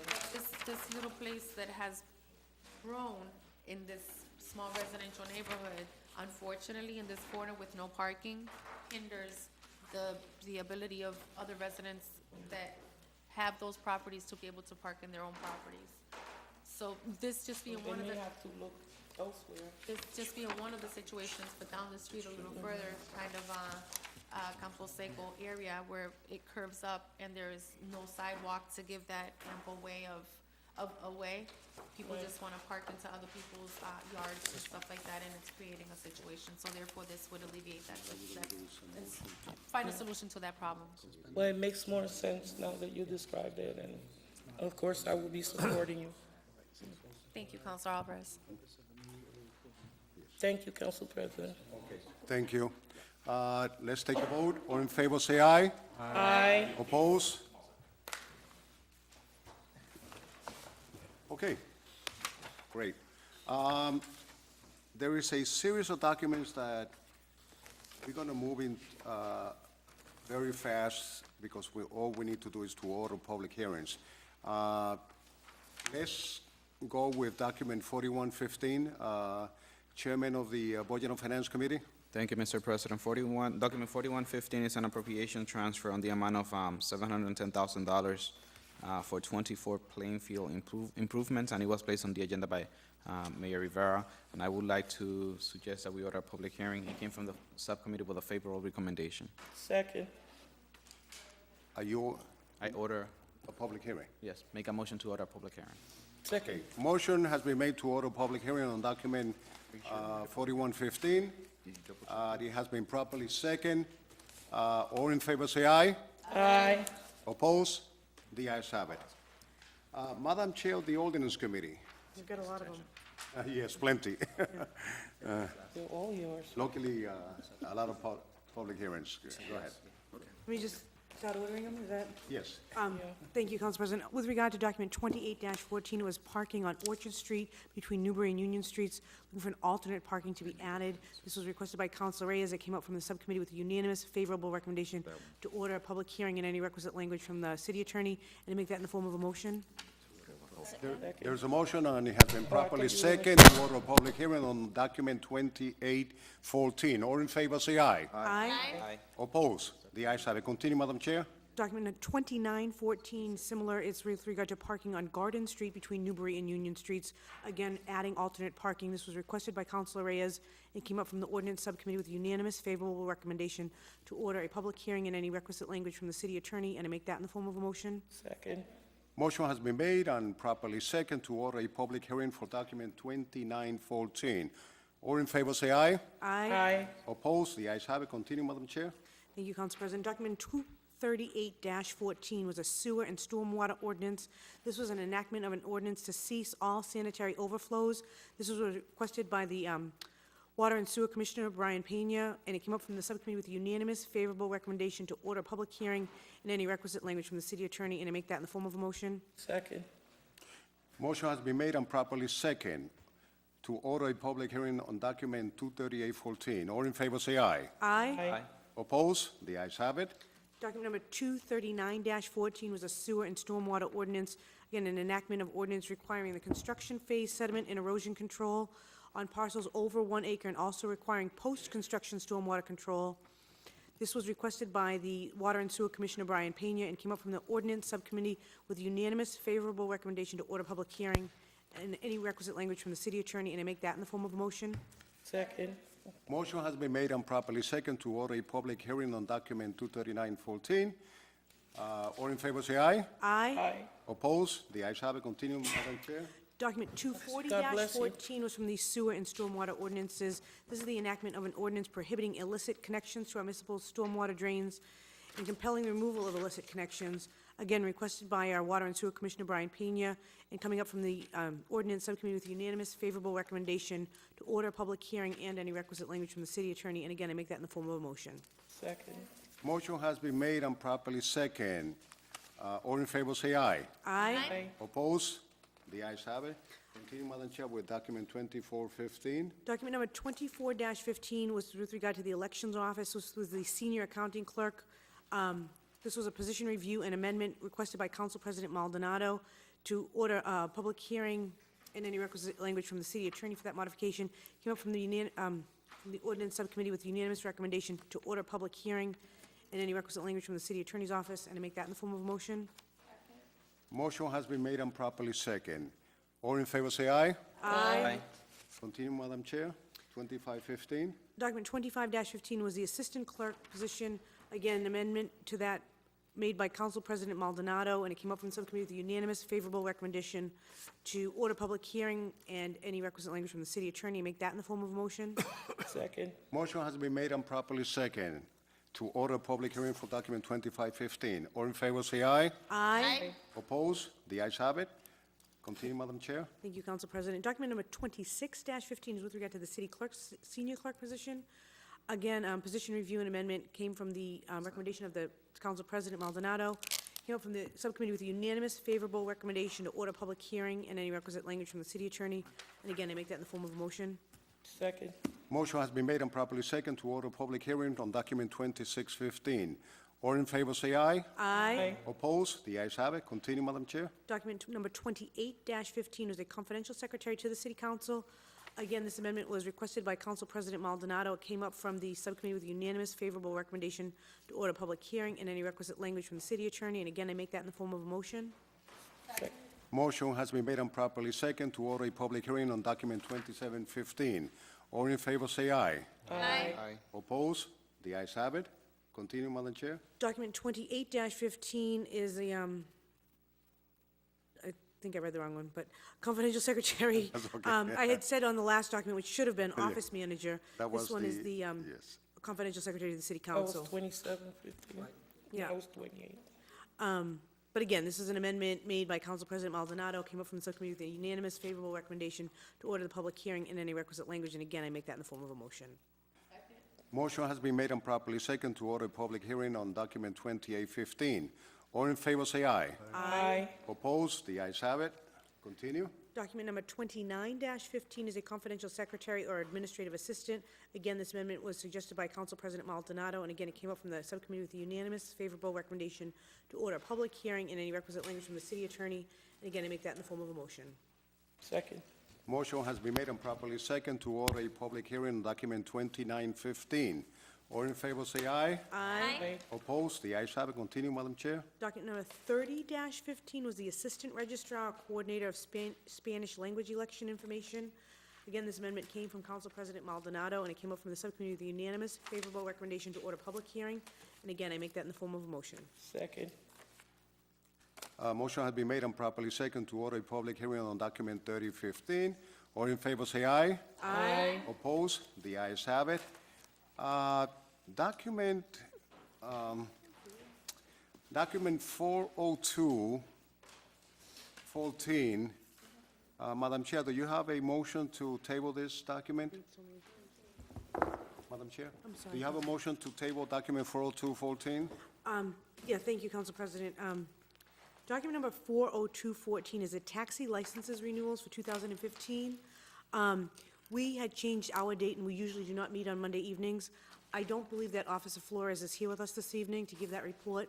So I was going to make a motion, a two-part motion. One is that we table document 402-14 till our March 3rd meeting, but also that we invite the city clerk to send Officer Flores written correspondence reminding him of the need for his presence at that March 3rd meeting. Second. There's a motion on the floor to table document 40214 and to send Officer Flores communication that he needs to be present at our next meeting, city council meeting. Motion has been properly second. All in favor, say aye. Aye. Opposed? The ayes have it. Madam Chair, document 215. Document number 215-2-15, excuse me, is a transient vendor license. It's been a long night. This is the renewal. It was requested by a Sylvia Canseco. They have the Texeira Mexicana truck. Came up from the subcommittee with a unanimous favorable recommendation. The paperwork was all in order, and I do make that in the form of a motion. Second. Motion has been made and properly second to approve document 215, transient vendor license. It has been properly second. All in favor, say aye. Aye. Opposed? The ayes have it. Madam Chair, document 1915. Thank you, Council President. Document number 19-15 was National Grid. They're requesting permission to locate poles, wires, and fixtures. Basically, they're looking to just have the public hearing ordered, so I don't think anyone is here from National Grid tonight, but it came up from the subcommittee with a unanimous favorable recommendation to order that public hearing, and make that in the form of a motion. Second. Motion has been made and properly second to approve document 1915. All in favor, to order public hearing. All in favor, say aye. Aye. Opposed? The ayes have it. Continue, Madam Chair. Document 2115. Document 21-15 is the Wild Rover Road Race. This is to support the Barry Cara Foundation. It's hosted at the Clatta Pub. It's on Sunday, March 1, 2015, at 11 a.m. It was requested by Jay Karamatopoulos. It came up from the subcommittee with a unanimous favorable recommendation. Just to approve that issuing of that permit. I just want to, I've been in touch with Mr. Karamatopoulos, and I know Mr. Isensei has also. They're doing everything that they can to retain that date. However, they cannot have it this Sunday, the 1st. They would be looking at April 19th. But their first preference would be to try to retain the date. It looks like Sunday's weather's going to be good. It just looks, the concern is the weather between now and Sunday, so that the roads will be in condition for, we have 1,000 people come to the city for that race, So is it March 1st or April April 19th. 19? Okay. So could we properly say maybe March 1st and rainy date or snow date, April 19th? Exactly, Yes. yeah, thank you. Okay. So I make, with Councilor Rodriguez's edit there, I make that in the form of a motion. Okay. Motion has been made and properly second to approve document 2115. Discussion. Of March 1st with an alternative date of April 19. All in favor, say aye. I'm sorry, Discussion. question. I Sure. apologize. It's okay. So, no, I have no problem with this. I was rereading the ordinance books, and maybe I've lost it somewhere. We're very, as a body, very inconsistent with how we deal with races. I know we have the veterans races. I don't think that they come before us. Some of these races, they do come before us. And I don't know if we need to actually have to have a vote rather than having the police department and the DPW issue the permit. And I just, if somebody has some clarity on that, I'd appreciate it. If I may, Mr. Clerk, do you have any wisdom Any advice or wisdom? Yes. Well, I was just going to share that in some cases, it's not necessary because some of like the walk races are on the sidewalks or through the park, the length of the park.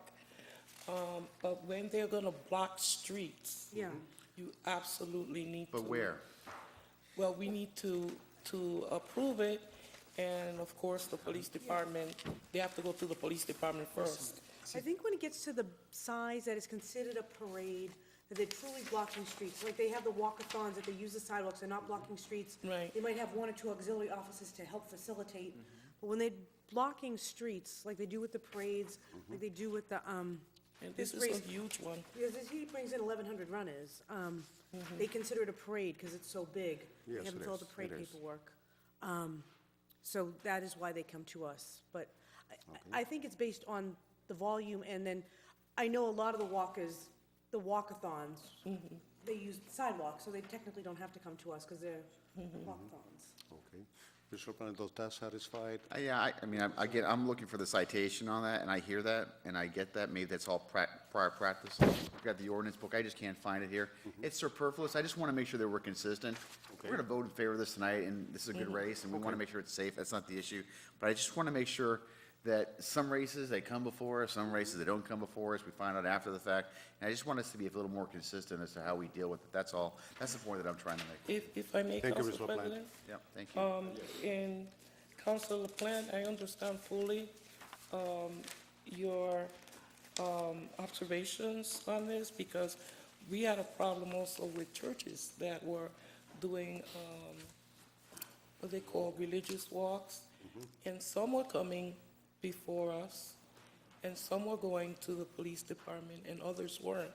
And that was something, I think it was still here, because Goslin was on the council at that time.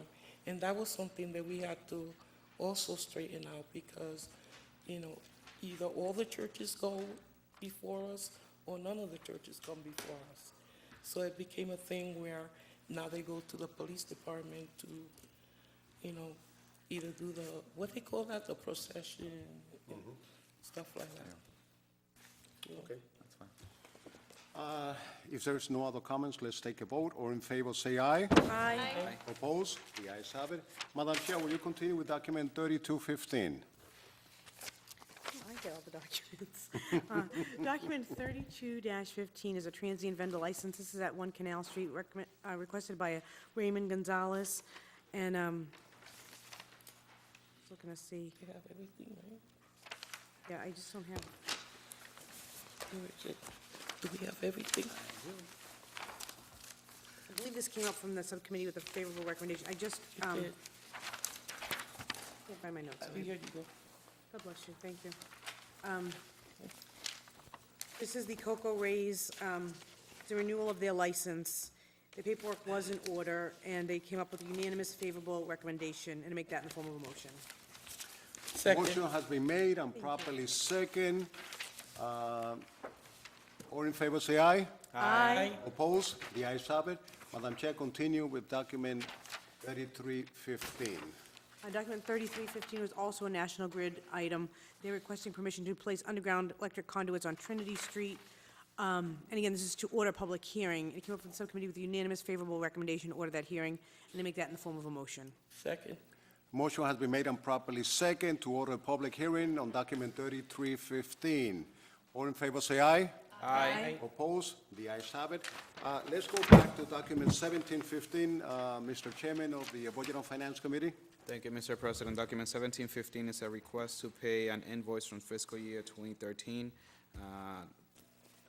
from the fiscal year 2015 operating budget on the amount of $563.40, and it had been placed on the agenda by Mr. Brian Peña.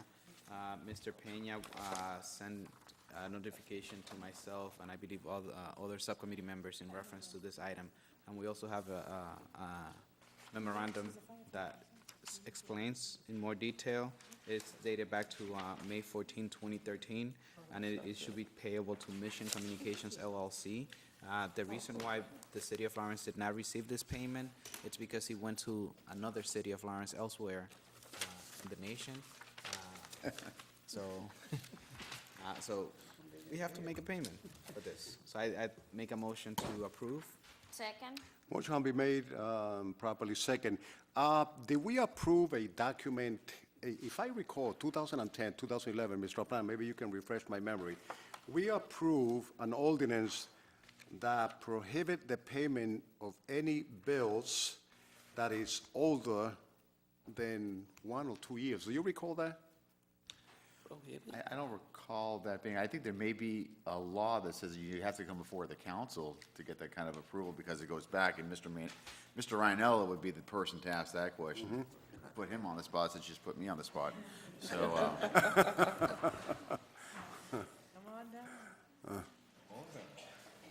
Yes, these items come on the agenda. They need permission from the city council to pay a prior year bill out of current year funds. So that's why Mr. Peña. It's just that I'm trying, Mr. Arnell, I'm trying to remember, I believe that we confronted this problem back in 2010, 2011, and for some reason, if my memory don't fail me, we approved an ordinance, or we create an ordinance that the city will not pay any bills submitted beyond the required time.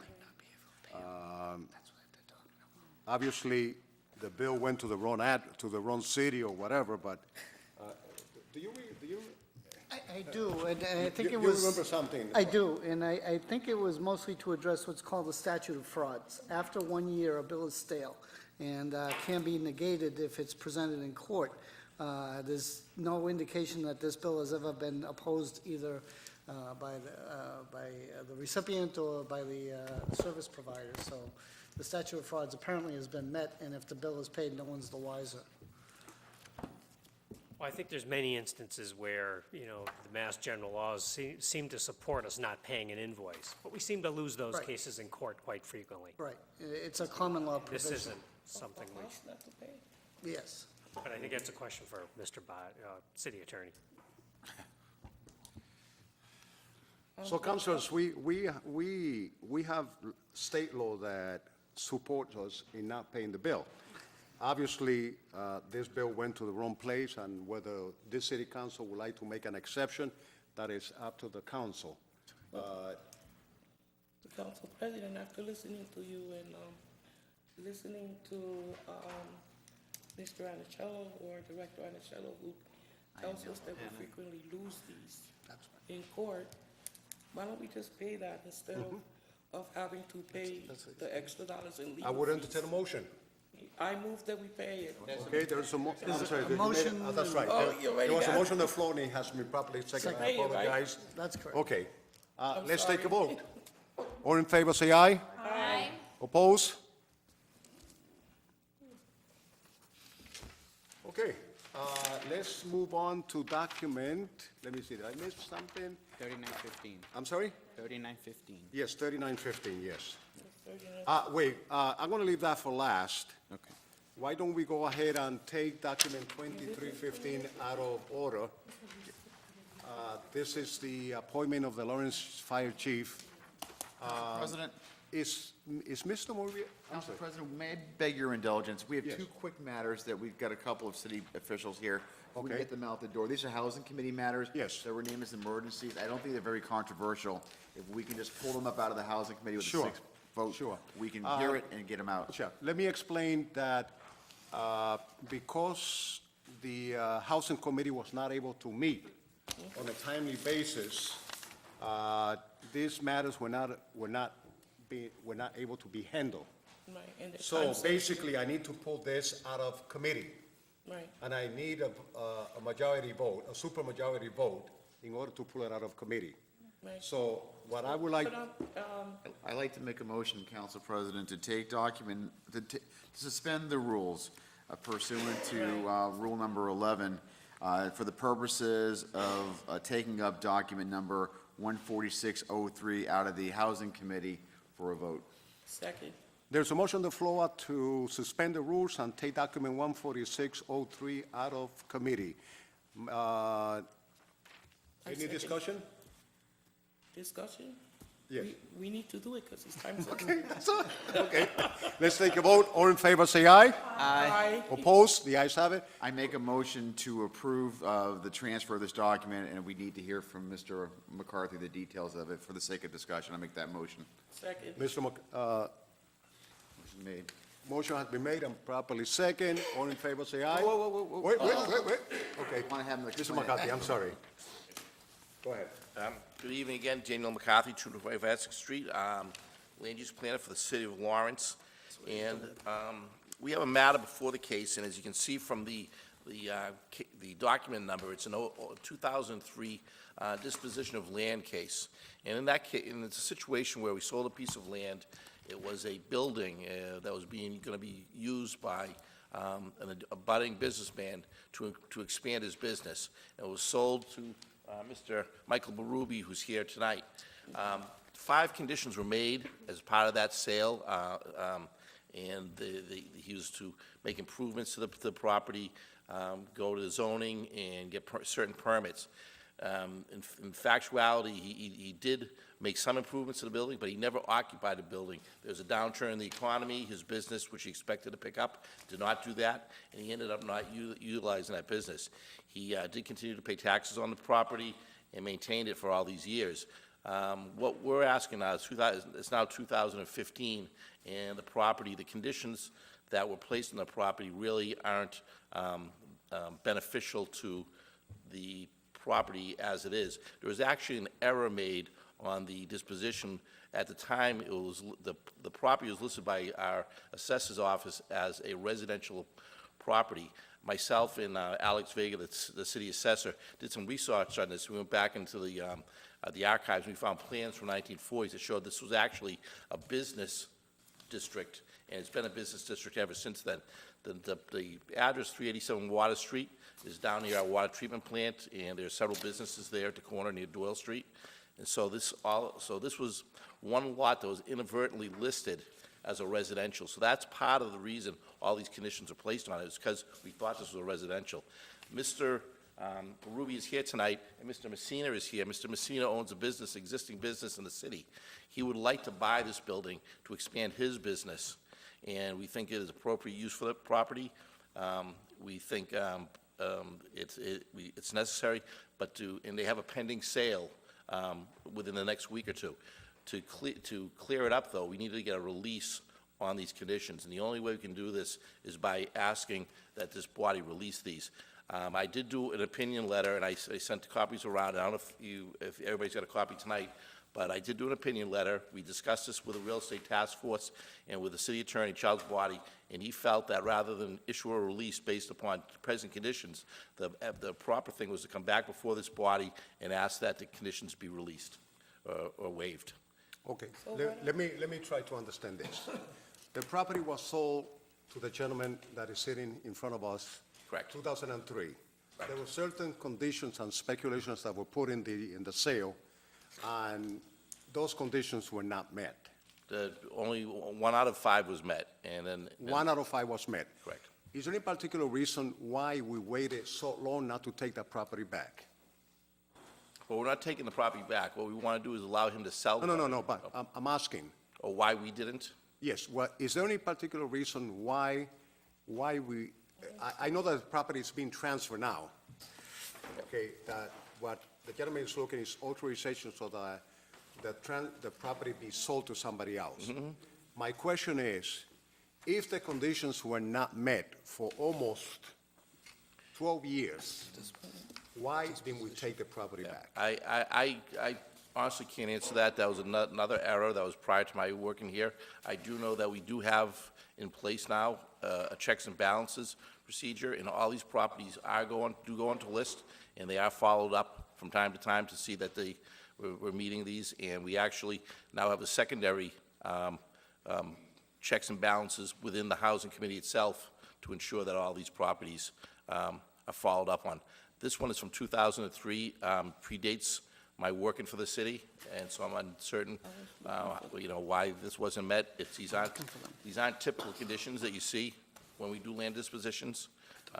We usually require that the properties merge. This was not required. Some of these were fairly straightforward. They have to follow all ordinances, they have to get proper permits, and they have to do, the uses have to be done appropriate for the district that it's in. I think that's one of the big issues, is that if it was a commercial business, if it was a commercial district, those conditions might not have been placed there if it was known at that time. That was an error, in bookkeeping. Mr. Plant, so basically what we are looking for is to allow the transfer or the sale of this property to somebody else. Am I correct? I think so. What I would ask, through you, what I would ask to Mr. McCarthy is, give us the magic words that need to be part of that motion so that we can successfully make the transfer. What are the conditions? Do we need to have those specific portions inside the motion? That's a question for you, Mr. McCarthy. The conditions themselves, you mean, to read them? What do you need from the council to make the transfer go, to release the conditions? Do we actually say those The words? language I need is, Motion to pass, to go beyond 10. It has been properly seconded in favor, say aye. Aye. Okay, continue. is that I'm asking that, the vote will be that I'm asking this council to waive the 5 conditions that were made the basis of the performance mortgage. Do you have the 5 conditions there? Do I have them? Do you have them? I do. You want me to read them, or do you have?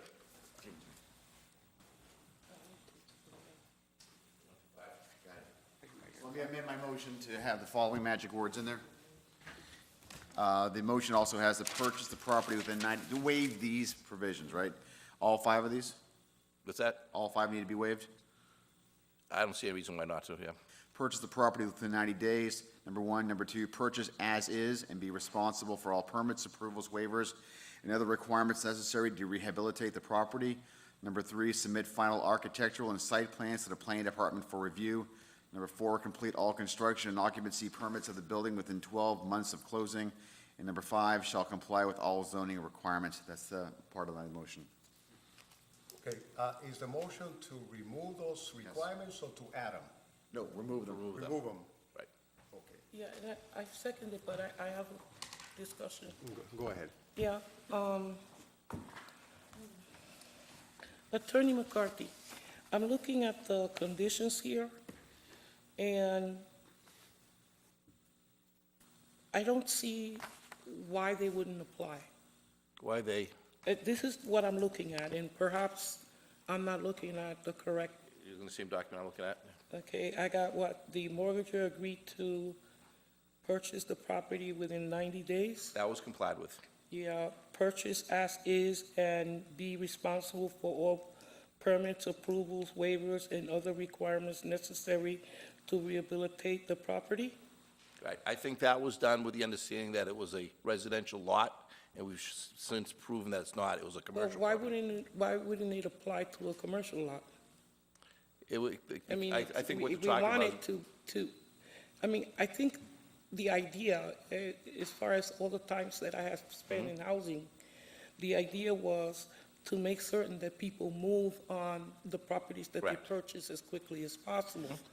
And whether they were commercial or residential, same difference. Right. See what Except I'm that saying? it's allowed by right to do the business, the uses.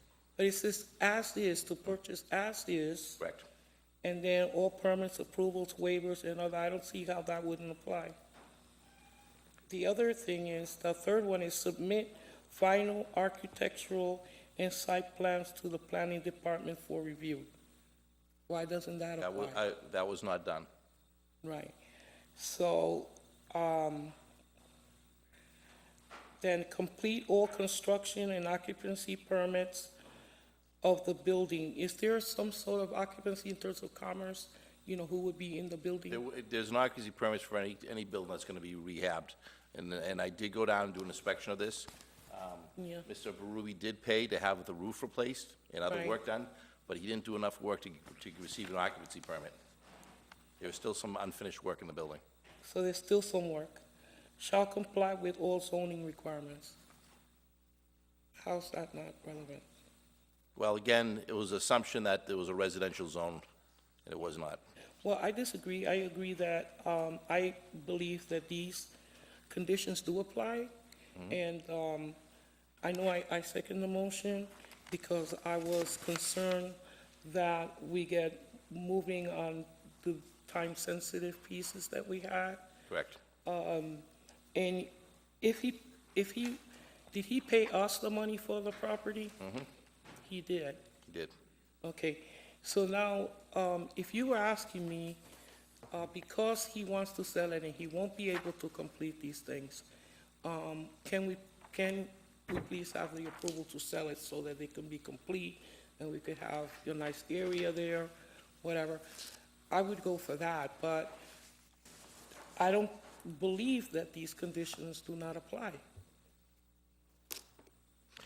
Which is why I was trying to get these waived. That's the problem, is the bank is not going to finance, Mr. Messina's here, and he's having a bank finance it, and the bank will not finance him to purchase the building with these conditions in place. Okay, so it's not that it doesn't apply, you're asking us to waive it. We're asking for a waiver. Okay, now that I understand. All right? Yes. Okay, I'm all set now. So there are no conditions being put in this sale? No, it's a private sale between two parties. So we're waiving the 5 conditions we had. Mr. Messina then is going to have to go to the building department, file for his construction permit, and bring that up to code appropriately before he's going to be allowed to operate his business, just And like in an there's no outfit. given time by which the new owner is going to be complying with bringing the building to code? I guess he can speak for himself. The requirements are, he's not going to be able to run his business if he doesn't. It's his investment in his property. The city believes that he's got a very successful business in the city. He's expanding. He does an upholstery business on South Broadway for 80 years, and they're expanding, and they're going to use this as a What recourse are we going to have, the city, if the new owner chooses not to do anything on the building? We'd have no recourse. The building, we would just receive our taxes, and again, that would be, I think it would be an imprudent business decision on Mr. Messina's part. But it is, in the normal course of business, what we do require is that he come to get his building code. And as I said, this is an arm's length transaction between Mr. Berube and Mr. Messina, not with the city anymore. The city no longer owns this. So the only I authority we mean, have. I would assume that the new owner, the new buyer, would be interested in rehabbing this building as soon as possible because he's making some investment in the building. But again, we made a sale, and for 12 years, nothing was done. So what assurance are we going to have that this is not going to happen again? I think we have some insurances now on the way that we administrate these now. We do have assurances, we keep spreadsheets, we do inspections, we follow up with people and send letters. So there is compliance with these. I've been with the city for 9 years now, doing the land disposition, and since then, we've kept a system of notices in and checks to make sure that people are complying with the conditions, whether it's a yard sale or it's a sale of property. In some cases, there are situations where people have not complied, and we've gone after them and proceeded to enforce that. This one, as I said, is just so old that it predated that, and we were unaware of that until it was brought to my attention this year. Mr. Plan, would you accept an amendment that a periodical report be submitted by the planning department as to the status of this property, so that we don't go through again for 12 years without having a property with no action? Will you accept that amendment, that some kind of report be provided by the planning department as to the status of this property? I guess I'm not opposed to it, I'm just not sure what good that's going to do. We're talking about an independent sale that's between two parties. The city is then saying, I'm not involved at all in this anymore, it's because it's a private sale. I mean, the only way the city's involved with it is if you or I or any homeowner decides that we're not keeping true to our code inspections, they're the same kind of, up to the same obligations as any one of us would have. And I mean, my presumption is after we make this, the city is, this plan department is no longer involved in this, into this parcel. Right. Am I right or am I wrong about that? That would be correct. That's If it- correct. So what the council president is suggesting is that somehow we still stay involved in it, even though we're not involved, like, your department's not involved in this anymore. We would be involved in it because How? inspectional services, by necessity, will need to become involved in it. Well, but that's no different than anybody else that owns a house or owns a property. So I don't what I'm trying to figure out is, why are we holding this individual to a different standard? Because, no, we're not holding it to different standards. It's just that this property should have come back to the city, and it never did. I don't know about that. Is that true? And I think it would at some juncture. In the last 7 years, the city has had a position called the land disposition person or asset manager. We've had 3 people, and that person, their specific job is to oversee these properties. It's just that I want to make sure for future situations like this, that we learn from this experience and to see whether in the future we should allow this to happen or not. So when would you expect a report? Maybe 6 months? A year? That's the Yes, by all means. My name is Michael Berube. I own Acorn Wood Products on Water Street. I'm also a resident. I live on Tower Hill. I have 2 properties there. In 2003, the reason that I bought this building was to expand my business. But the biggest reason was it was abandoned. I had rodents in there. It's a common wall in the building, so it's 2 buildings that are connected by a wall. The roof was in bad condition, so my side, I couldn't run my business. I couldn't get anybody to help me figure out who could fix the roof on the other side, whatnot. I ended up being the babysitter for the building because they were chopping cars in there, there were squatters, it was a mess. There was dead animals in there, there was rodents, debris. People would break in and they would dump sofas and appliances. And when I approached the council in 2003, I wish I still had them. I had all the pictures of the dilapidated property, okay? I bought the property for $10,000 or so. Immediately, I spent $25,000 and I cleaned the property. I got rid of all the debris. They went in there, they stole all the plumbing, they stole all the electrical and anything that they could take for money. So by taking the building over, I put a new roof on the building, I cleaned all the debris out of the building, I put a facade on the building. If you drive by, you'll notice that it has brand-new garage door, all the siding is done, has windows. The inside is totally empty, clean.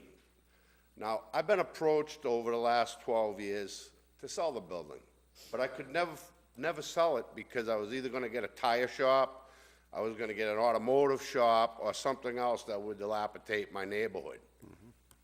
Sal had come by in October and approached me to rent it. And he says, I'll pay to do the electrical, and I'll bring the building to code. And I said, sure, that sounds like a great thing, because I've known Sal for 25, maybe 30 years, and he's a stand-up guy, and I know the business that he would bring in would not bring all kinds of traffic and riffraff and whatnot. So then he said, well, if I'm gonna rent it and do all this work, why don't I just buy it off of you? And I said, Sal, you're the only guy I would ever sell it to, because I know if you look at his place in South Lawrence, it's impeccable. He's approved by the government to do government work for Raytheon and military work. He's exactly what I need in my neighborhood for this building. Now, I probably could have expanded my business years ago, but the economy turned around. I canceled my lease program for the equipment that I was gonna put in the building. I've downsized. I still have Acorn Wood Products, which meets all codes. It's a business that I've been running my business in the city of Lawrence for 33 years. Never had any violations, never had any problems, and people compliment me on the property. I feel that I did a good justice to my neighborhood because I brought the building back. I wish I still had pictures to show you of what it was when I bought it. So I asked for the sale to go through because I think it's a win-win for the city. because you have a guy here that's been in business for 80 years. Goes to show you that he's still going strong, he wants to expand his business, and I just think it would be a good opportunity for everybody to move on with this. And I am not making a profit on the building. I paid my taxes, which are very, very overinflated. I pay $8,000 a year for a building assessed at $280,000 that I was hard pressed to get Sal to give me $125,000. So I think that that's a pretty move forward situation. And I speak on behalf of my Tower Hill Association because I do live on Tower Hill. I live on Oregon Ave, and Mr. Brewery, I don't have a problem in the sales. I would not even have a problem if you can make a profit on the property.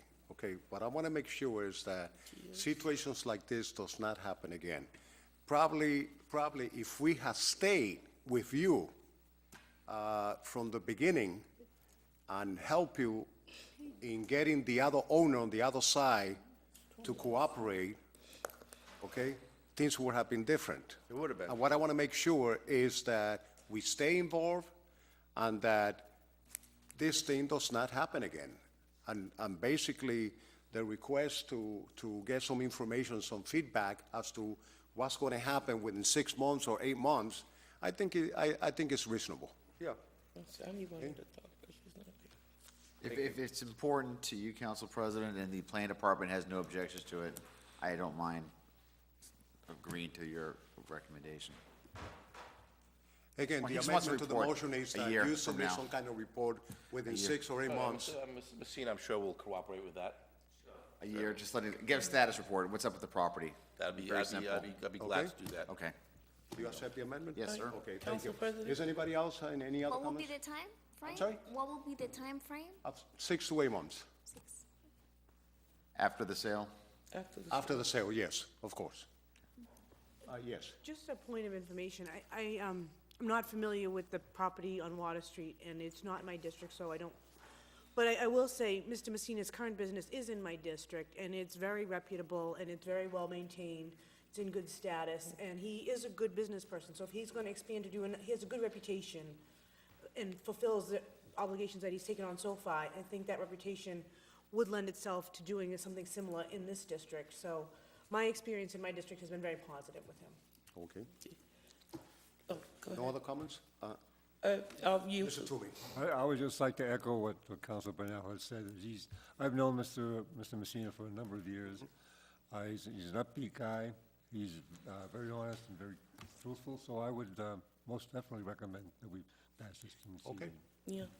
Council President, there was some discussions in the past where there was supposed to be a steady flow of information coming from the planning department to the city council. I don't know what happened the time I wasn't around, but that was agreed upon that we would be made aware of people maintaining or not the conditions that they were supposed to adhere to. So I don't know what happened, but we need to go back to that. I think there's still an open matter on the agenda. I know we did bifurcate some of the cases. Yeah, so we need to revisit it, and we need to come up with another ordinance Yes. that would Yes. allow us to get that information. Because I have no problem voting tonight in favor of waivering the conditions so that the loan can go through. We've heard very good things about the potential new owner, and we know that also the owner now has made some investments of his own, so I'm willing to consider that.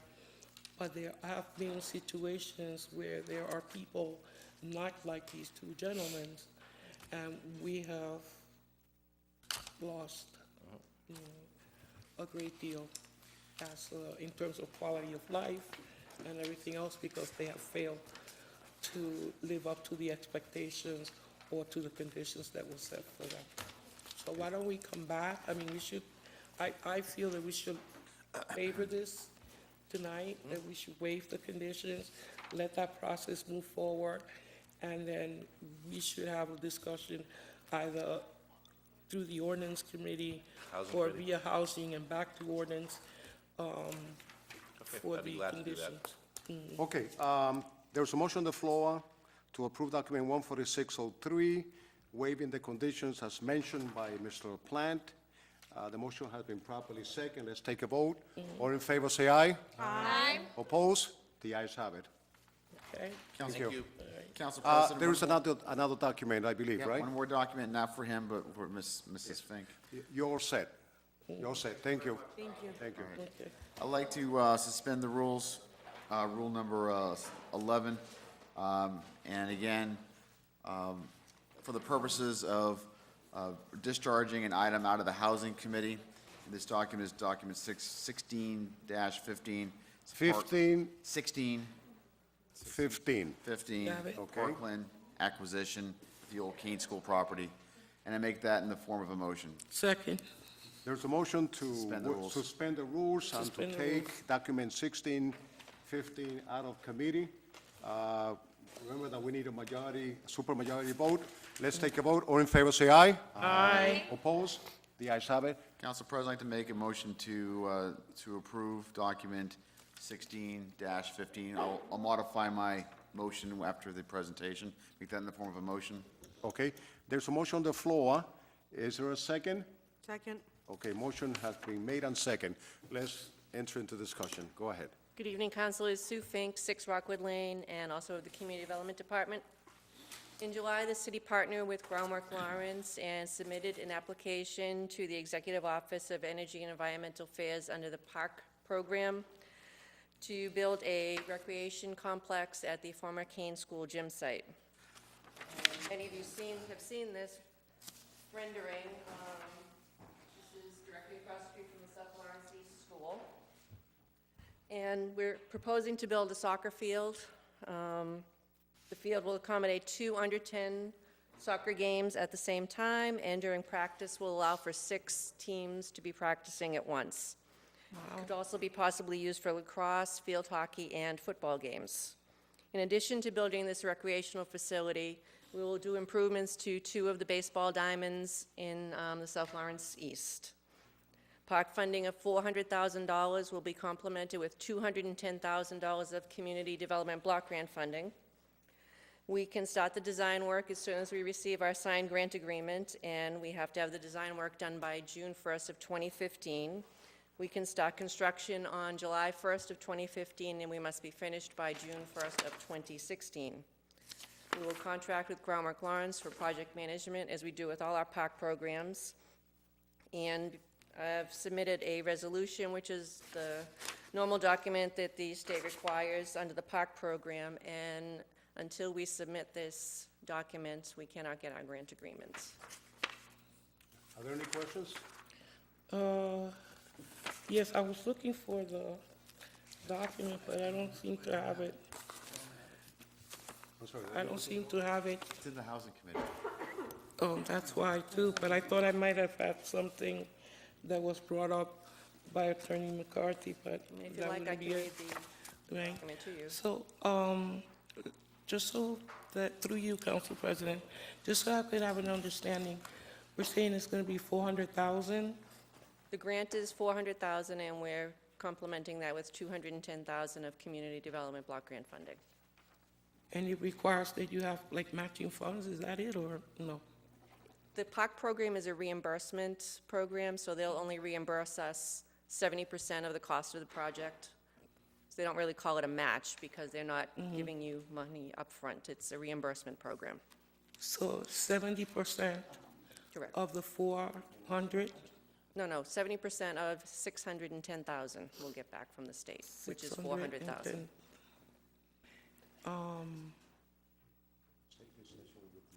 So is it only that part there is 400, and then the diamonds and the others are no additional cost? No, the Is it total six- project, six- 600? will cover both areas. Both areas? Okay. And of course, this is just a beginning rendering that we had done up. Right. And you guys talked with Mr. Anicello, and it is possible for us to advance the money for That's this? a typical way the state programs work, is that the city fronts the money, and then we reply to the state for reimbursement. Right, but I'm just wondering, is Mr. Anicello still here? Yes. With, Mr. Anicello's here. may I ask, please?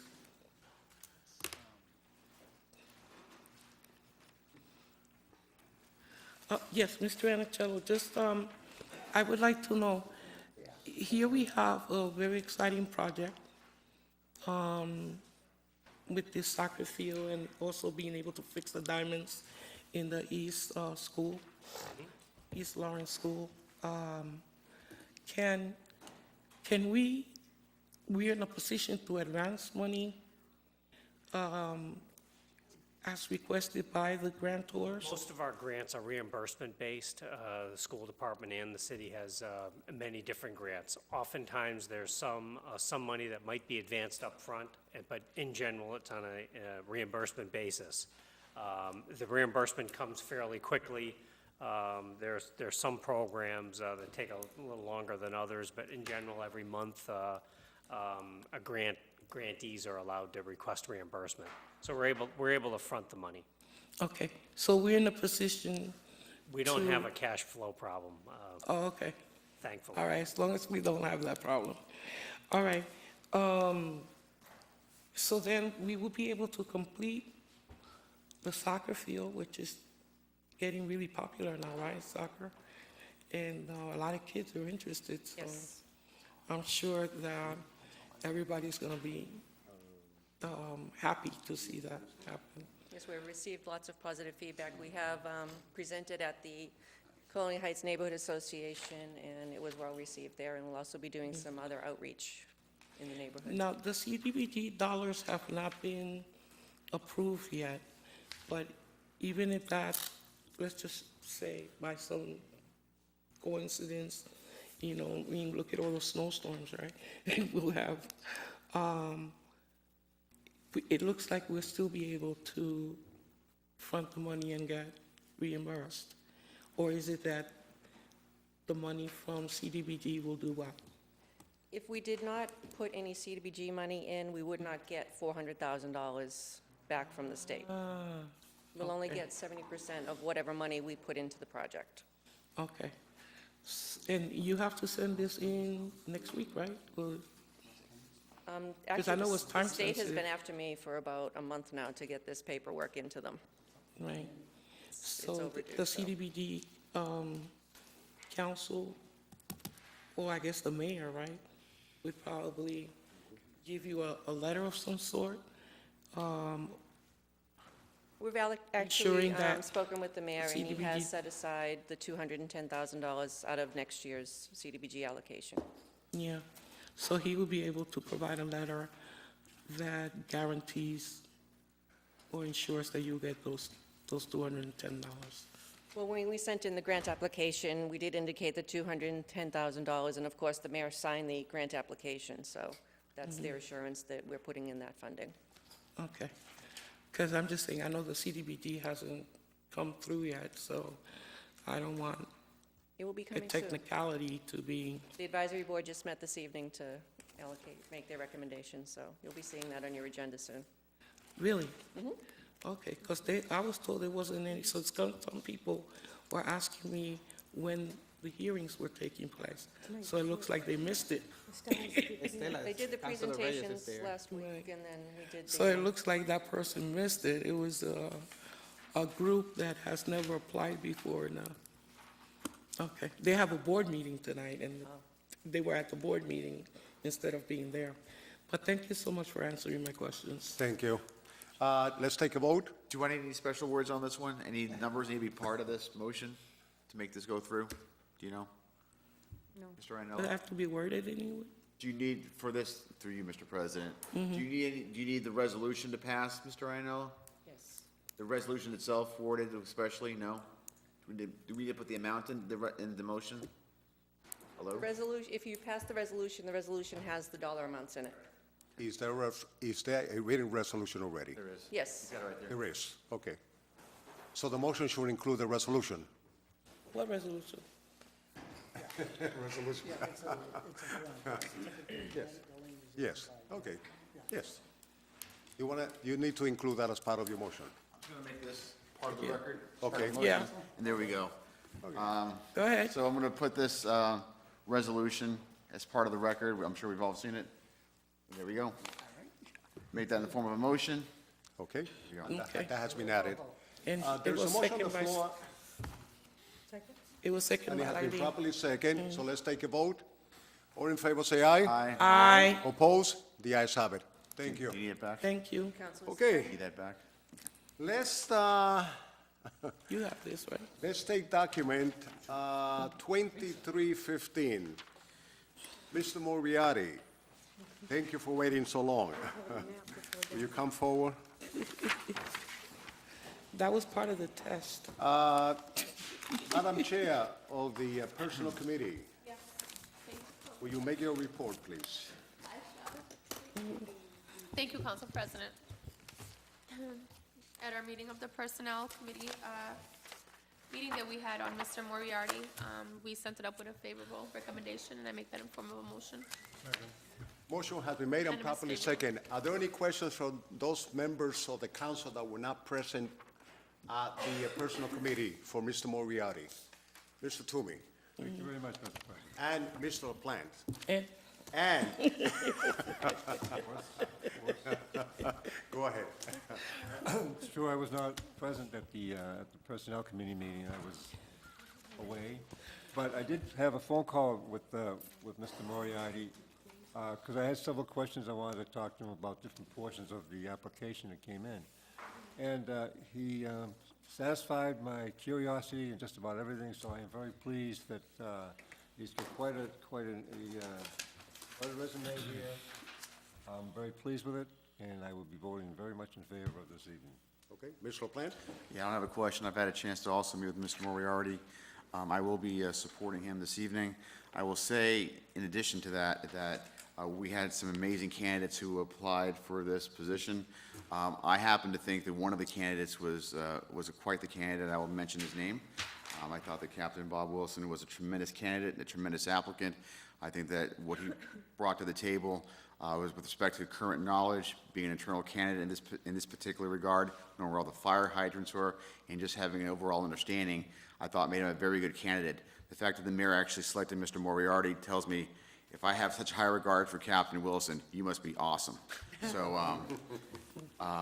I think the mayor has a responsibility, in if he brings a candidate of the qualification Mr. Moriarty has, you know, and Mr. Moriarty does fit all the qualifications. It is the mayor's team. The mayor gets to choose who he wants to choose.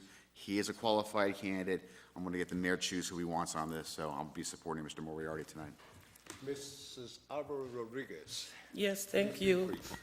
Yes, I will be very brief. Thank you. I have to get up early tomorrow. Through you, Council I'm very happy President. to hear that. Mr. Moriarty, in order to speed things up, let me just ask you very quickly, because I think this question encompasses a lot of things. What drove you to apply for this position, to want to come here to Lawrence, knowing the number of fires that we've had, unfortunately, and the demand on a department which is rather small, The what this small? which is relatively small compared to, Well, I other am cities. from Haverhill, and I've been a firefighter in Haverhill for 28 years, but I've also been working in this community for 28 years as a paramedic with Lawrence General Hospital. So I've been around a long time. I've been progressing through my career academically, as well as professionally, studying and changing my ranks, moving up every 5 years, different ranks, obtaining my bachelor's degree and attending EFO management programs. And then this job became available, and I work here, and I love this community. I've been here 28 years. I've had a great time. I fought fire here, mutual aid. I've got a great relationship with the members of the city here, as well as the surrounding communities. So when the opportunity arose to apply for the fire chief job, I was ecstatic, because I thought it was great timing for myself. yeah. I'm one that most of the time enjoys seeing people come up the ranks and fill top positions. So mostly because I believe that they have a handle on what needs to be changed or what needs to be dealt with immediately. Just based on the different interviews that you had, because I know it's been a long process, do you have a feel for what you would be expected to do in? What am I expected to do? Yeah, I'm expected to lead an already great fire department into the future. And I think it'll be a great challenge because we are fiscally, in tough shapes. And we do have a fire problem, and it's an old city. It's known as one of the first progressive cities. And yet our buildings are hundreds of years old. So there is a problem that we're going to have to attack. But do I know any one particular thing that I want to fix currently? No, because I'm not an internal member of the Lawrence Fire Department. I mean, I'm a firefighter and I have my career, but I need to come in and assess and see what's going on. I'm friendly with the guys, and I know a lot of them. Hey, Morty, how you doing? I take care of them at fires, but I'm not a member of Lawrence Fire Department as of yet. So I need to evaluate and see how things are going and use the vast knowledge that the members already have to see how things are going and hear what they want to change and what they think needs to change, what works, what doesn't work. During your secondary schooling, you probably learned a great deal about how to do appraisals and evaluations. Am I correct on that? Yep. In assuming that? Evaluations of the department? Right, Yeah, of your we'll department. evaluate, we'll look at our strengths, our weaknesses, opportunities, what we can improve upon, what's already working, what we can build on. Absolutely. And yes, I agree with you. They're a great bunch of people. Yeah, excellent. I love the Lawrence Fire Department, like dealing with them. And my son, too, was taught CPR through them, and he's crazy about them as well. So it would be a nice group of people that you would be expected to lead. So thank you so much for your application, and thank you so much for responding to my questions. You're welcome. Thank you for your time. Councilors, there is a motion on the floor, and it has been properly seconded, and unless somebody has an additional comment, I'm going to call for a vote. All in favor, say aye. Aye. Oppose? The ayes have it. Thank you very much. Mr. Moriarty, congratulations. Thank you very much. And welcome to our city.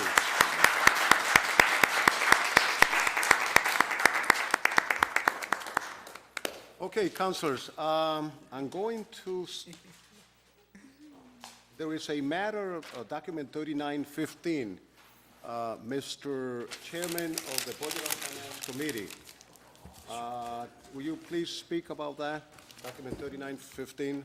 Definitely, Mr. President. Thank you very much. Document 3915, it's a request to approve outside legal counsel pursuant to ordinance 2.04-150.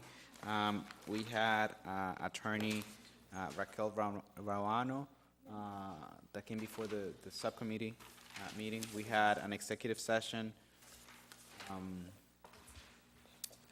Do you there. feel that this council should hear in executive session some of the things that were discussed in your executive session? I think Or do you feel comfortable that we should move ahead and approve the outside counsel?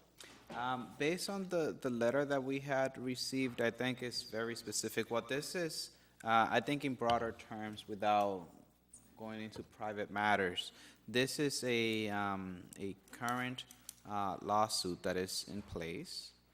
It's Enriquez versus the City of Lawrence, Romero and Camacho, and the city is unable to represent Romero and Camacho in this case.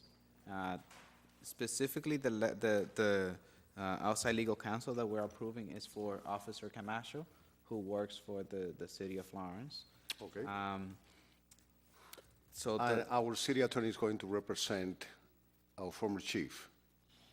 the City of Lawrence will be, the city attorney will be representing the City of Lawrence. Okay. Yeah. Okay. Or the office of the city attorney. Yes. The officer had the ability, based on how the ordinance is written, to select the,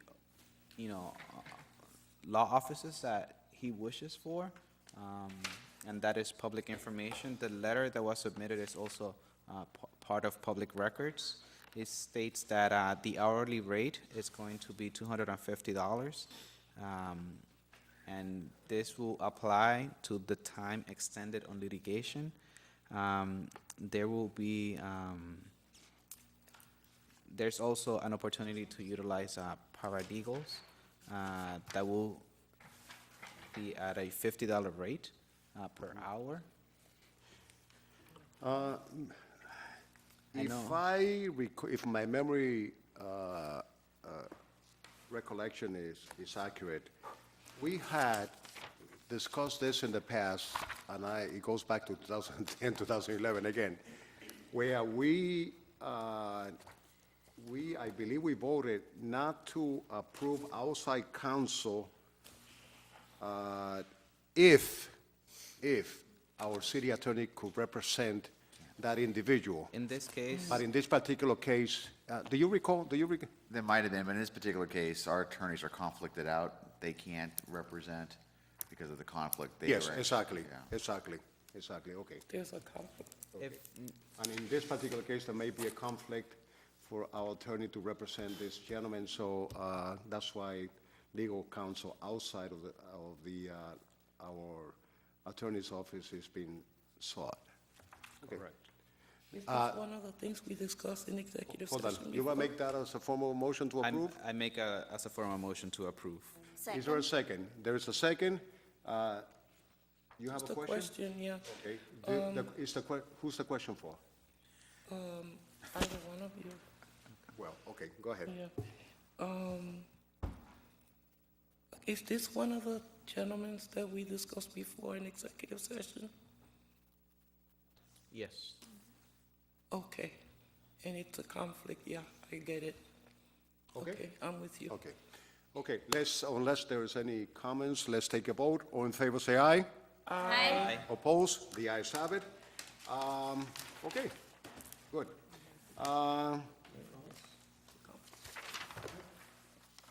It's him. Oh, yes.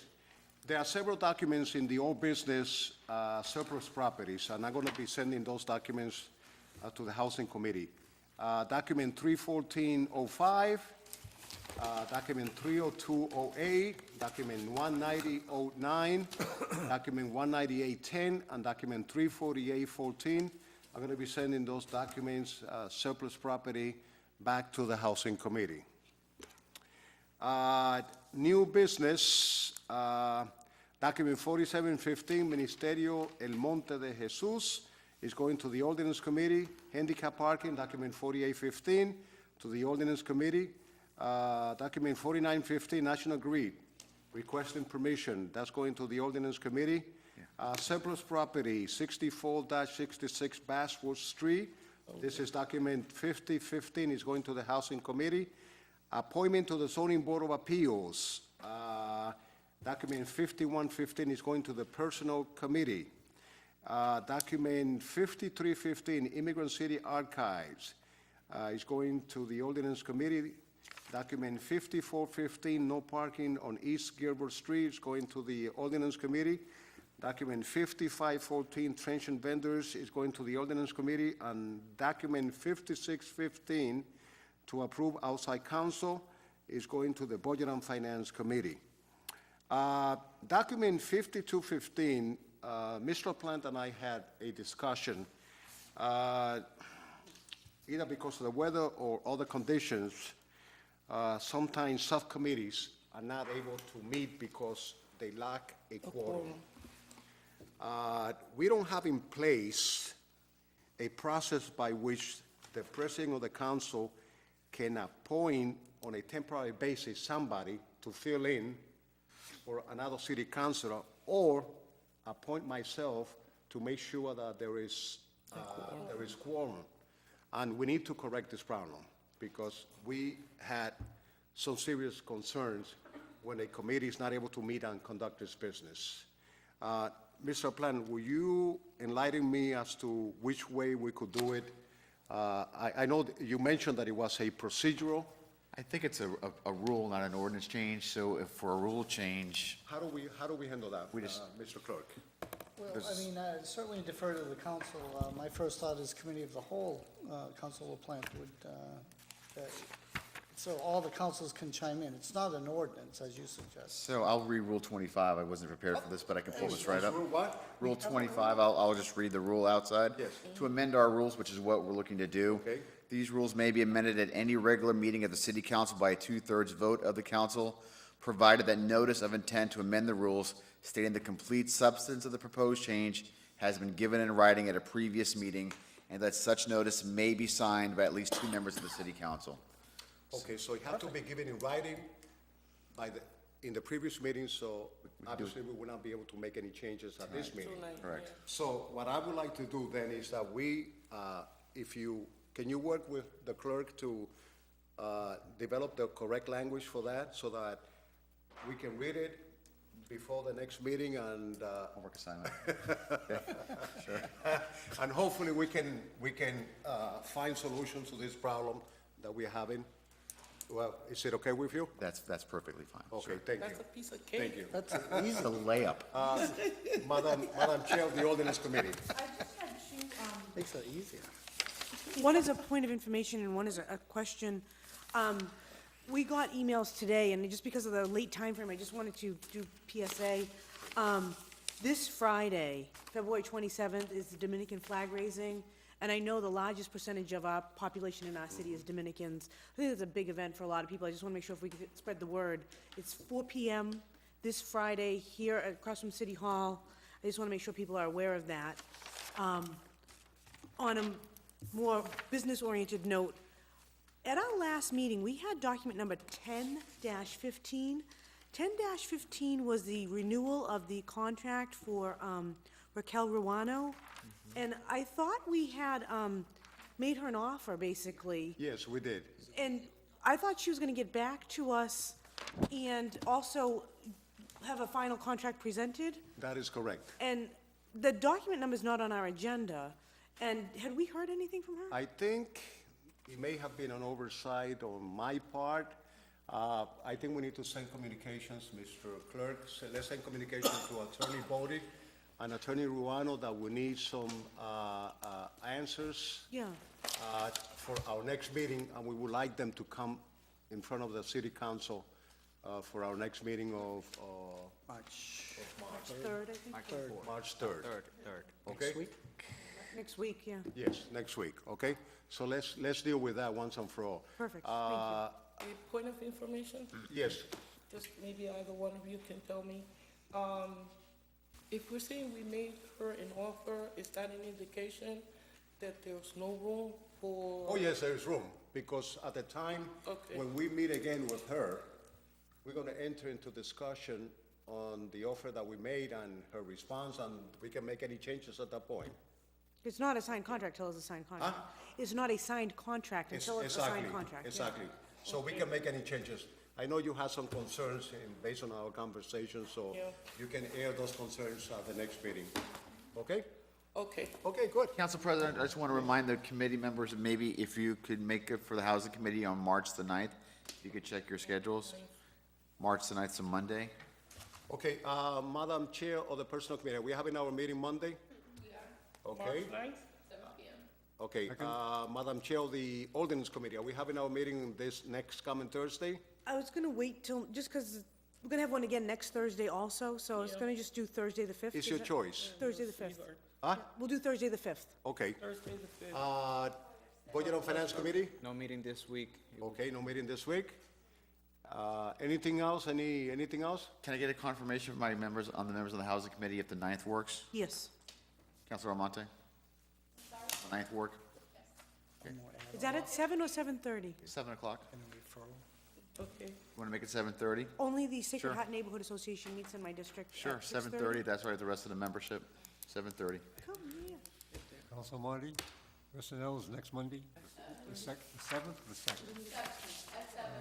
I need to suspend the rules and. Second, take right? this- Motion to suspend, take it to add I on, think it's an emergency. take as emergency to refer. So the 9th?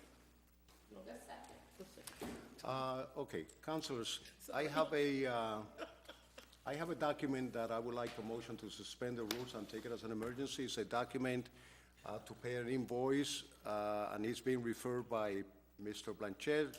So if we take this document as an emergency and suspend the rules. I'm going to be referring this to the Budget and Finance Committee. Okay, I make a motion to suspend the rules. Second. And it has been properly second. All in favor, say aye. Aye. Opposed? The ayes have it. I'm going to refer document 5715 to the Budget and Finance Committee. Councilor, thank you. Thank you for meeting so late in the evening. We were able to accomplish a great deal. So thank you again. Yes. Yes, go ahead. I just, I know that there's somebody at home who's listening, and to you, Jackal, Mr. Ford, John Ford, today is his 87th birthday. He has been a prominent part of the city. He has been an attorney.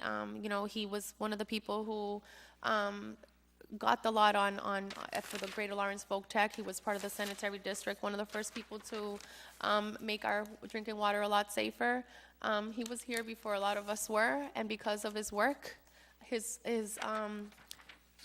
our kids and our grandkids and everybody else will enjoy the fruits of his labor. So I wanted to say happy birthday to you, Jacko. We love you, and thank you for your services and everything that you've done for Lawrence. Thank you again, and happy birthday. Thank you. Thank you. Councilors, I would like to entertain a motion to adjourn. Motion to adjourn. Second. All in favor, say aye. Aye. Opposed? The ayes have it. Thank you, councilors. Thank you.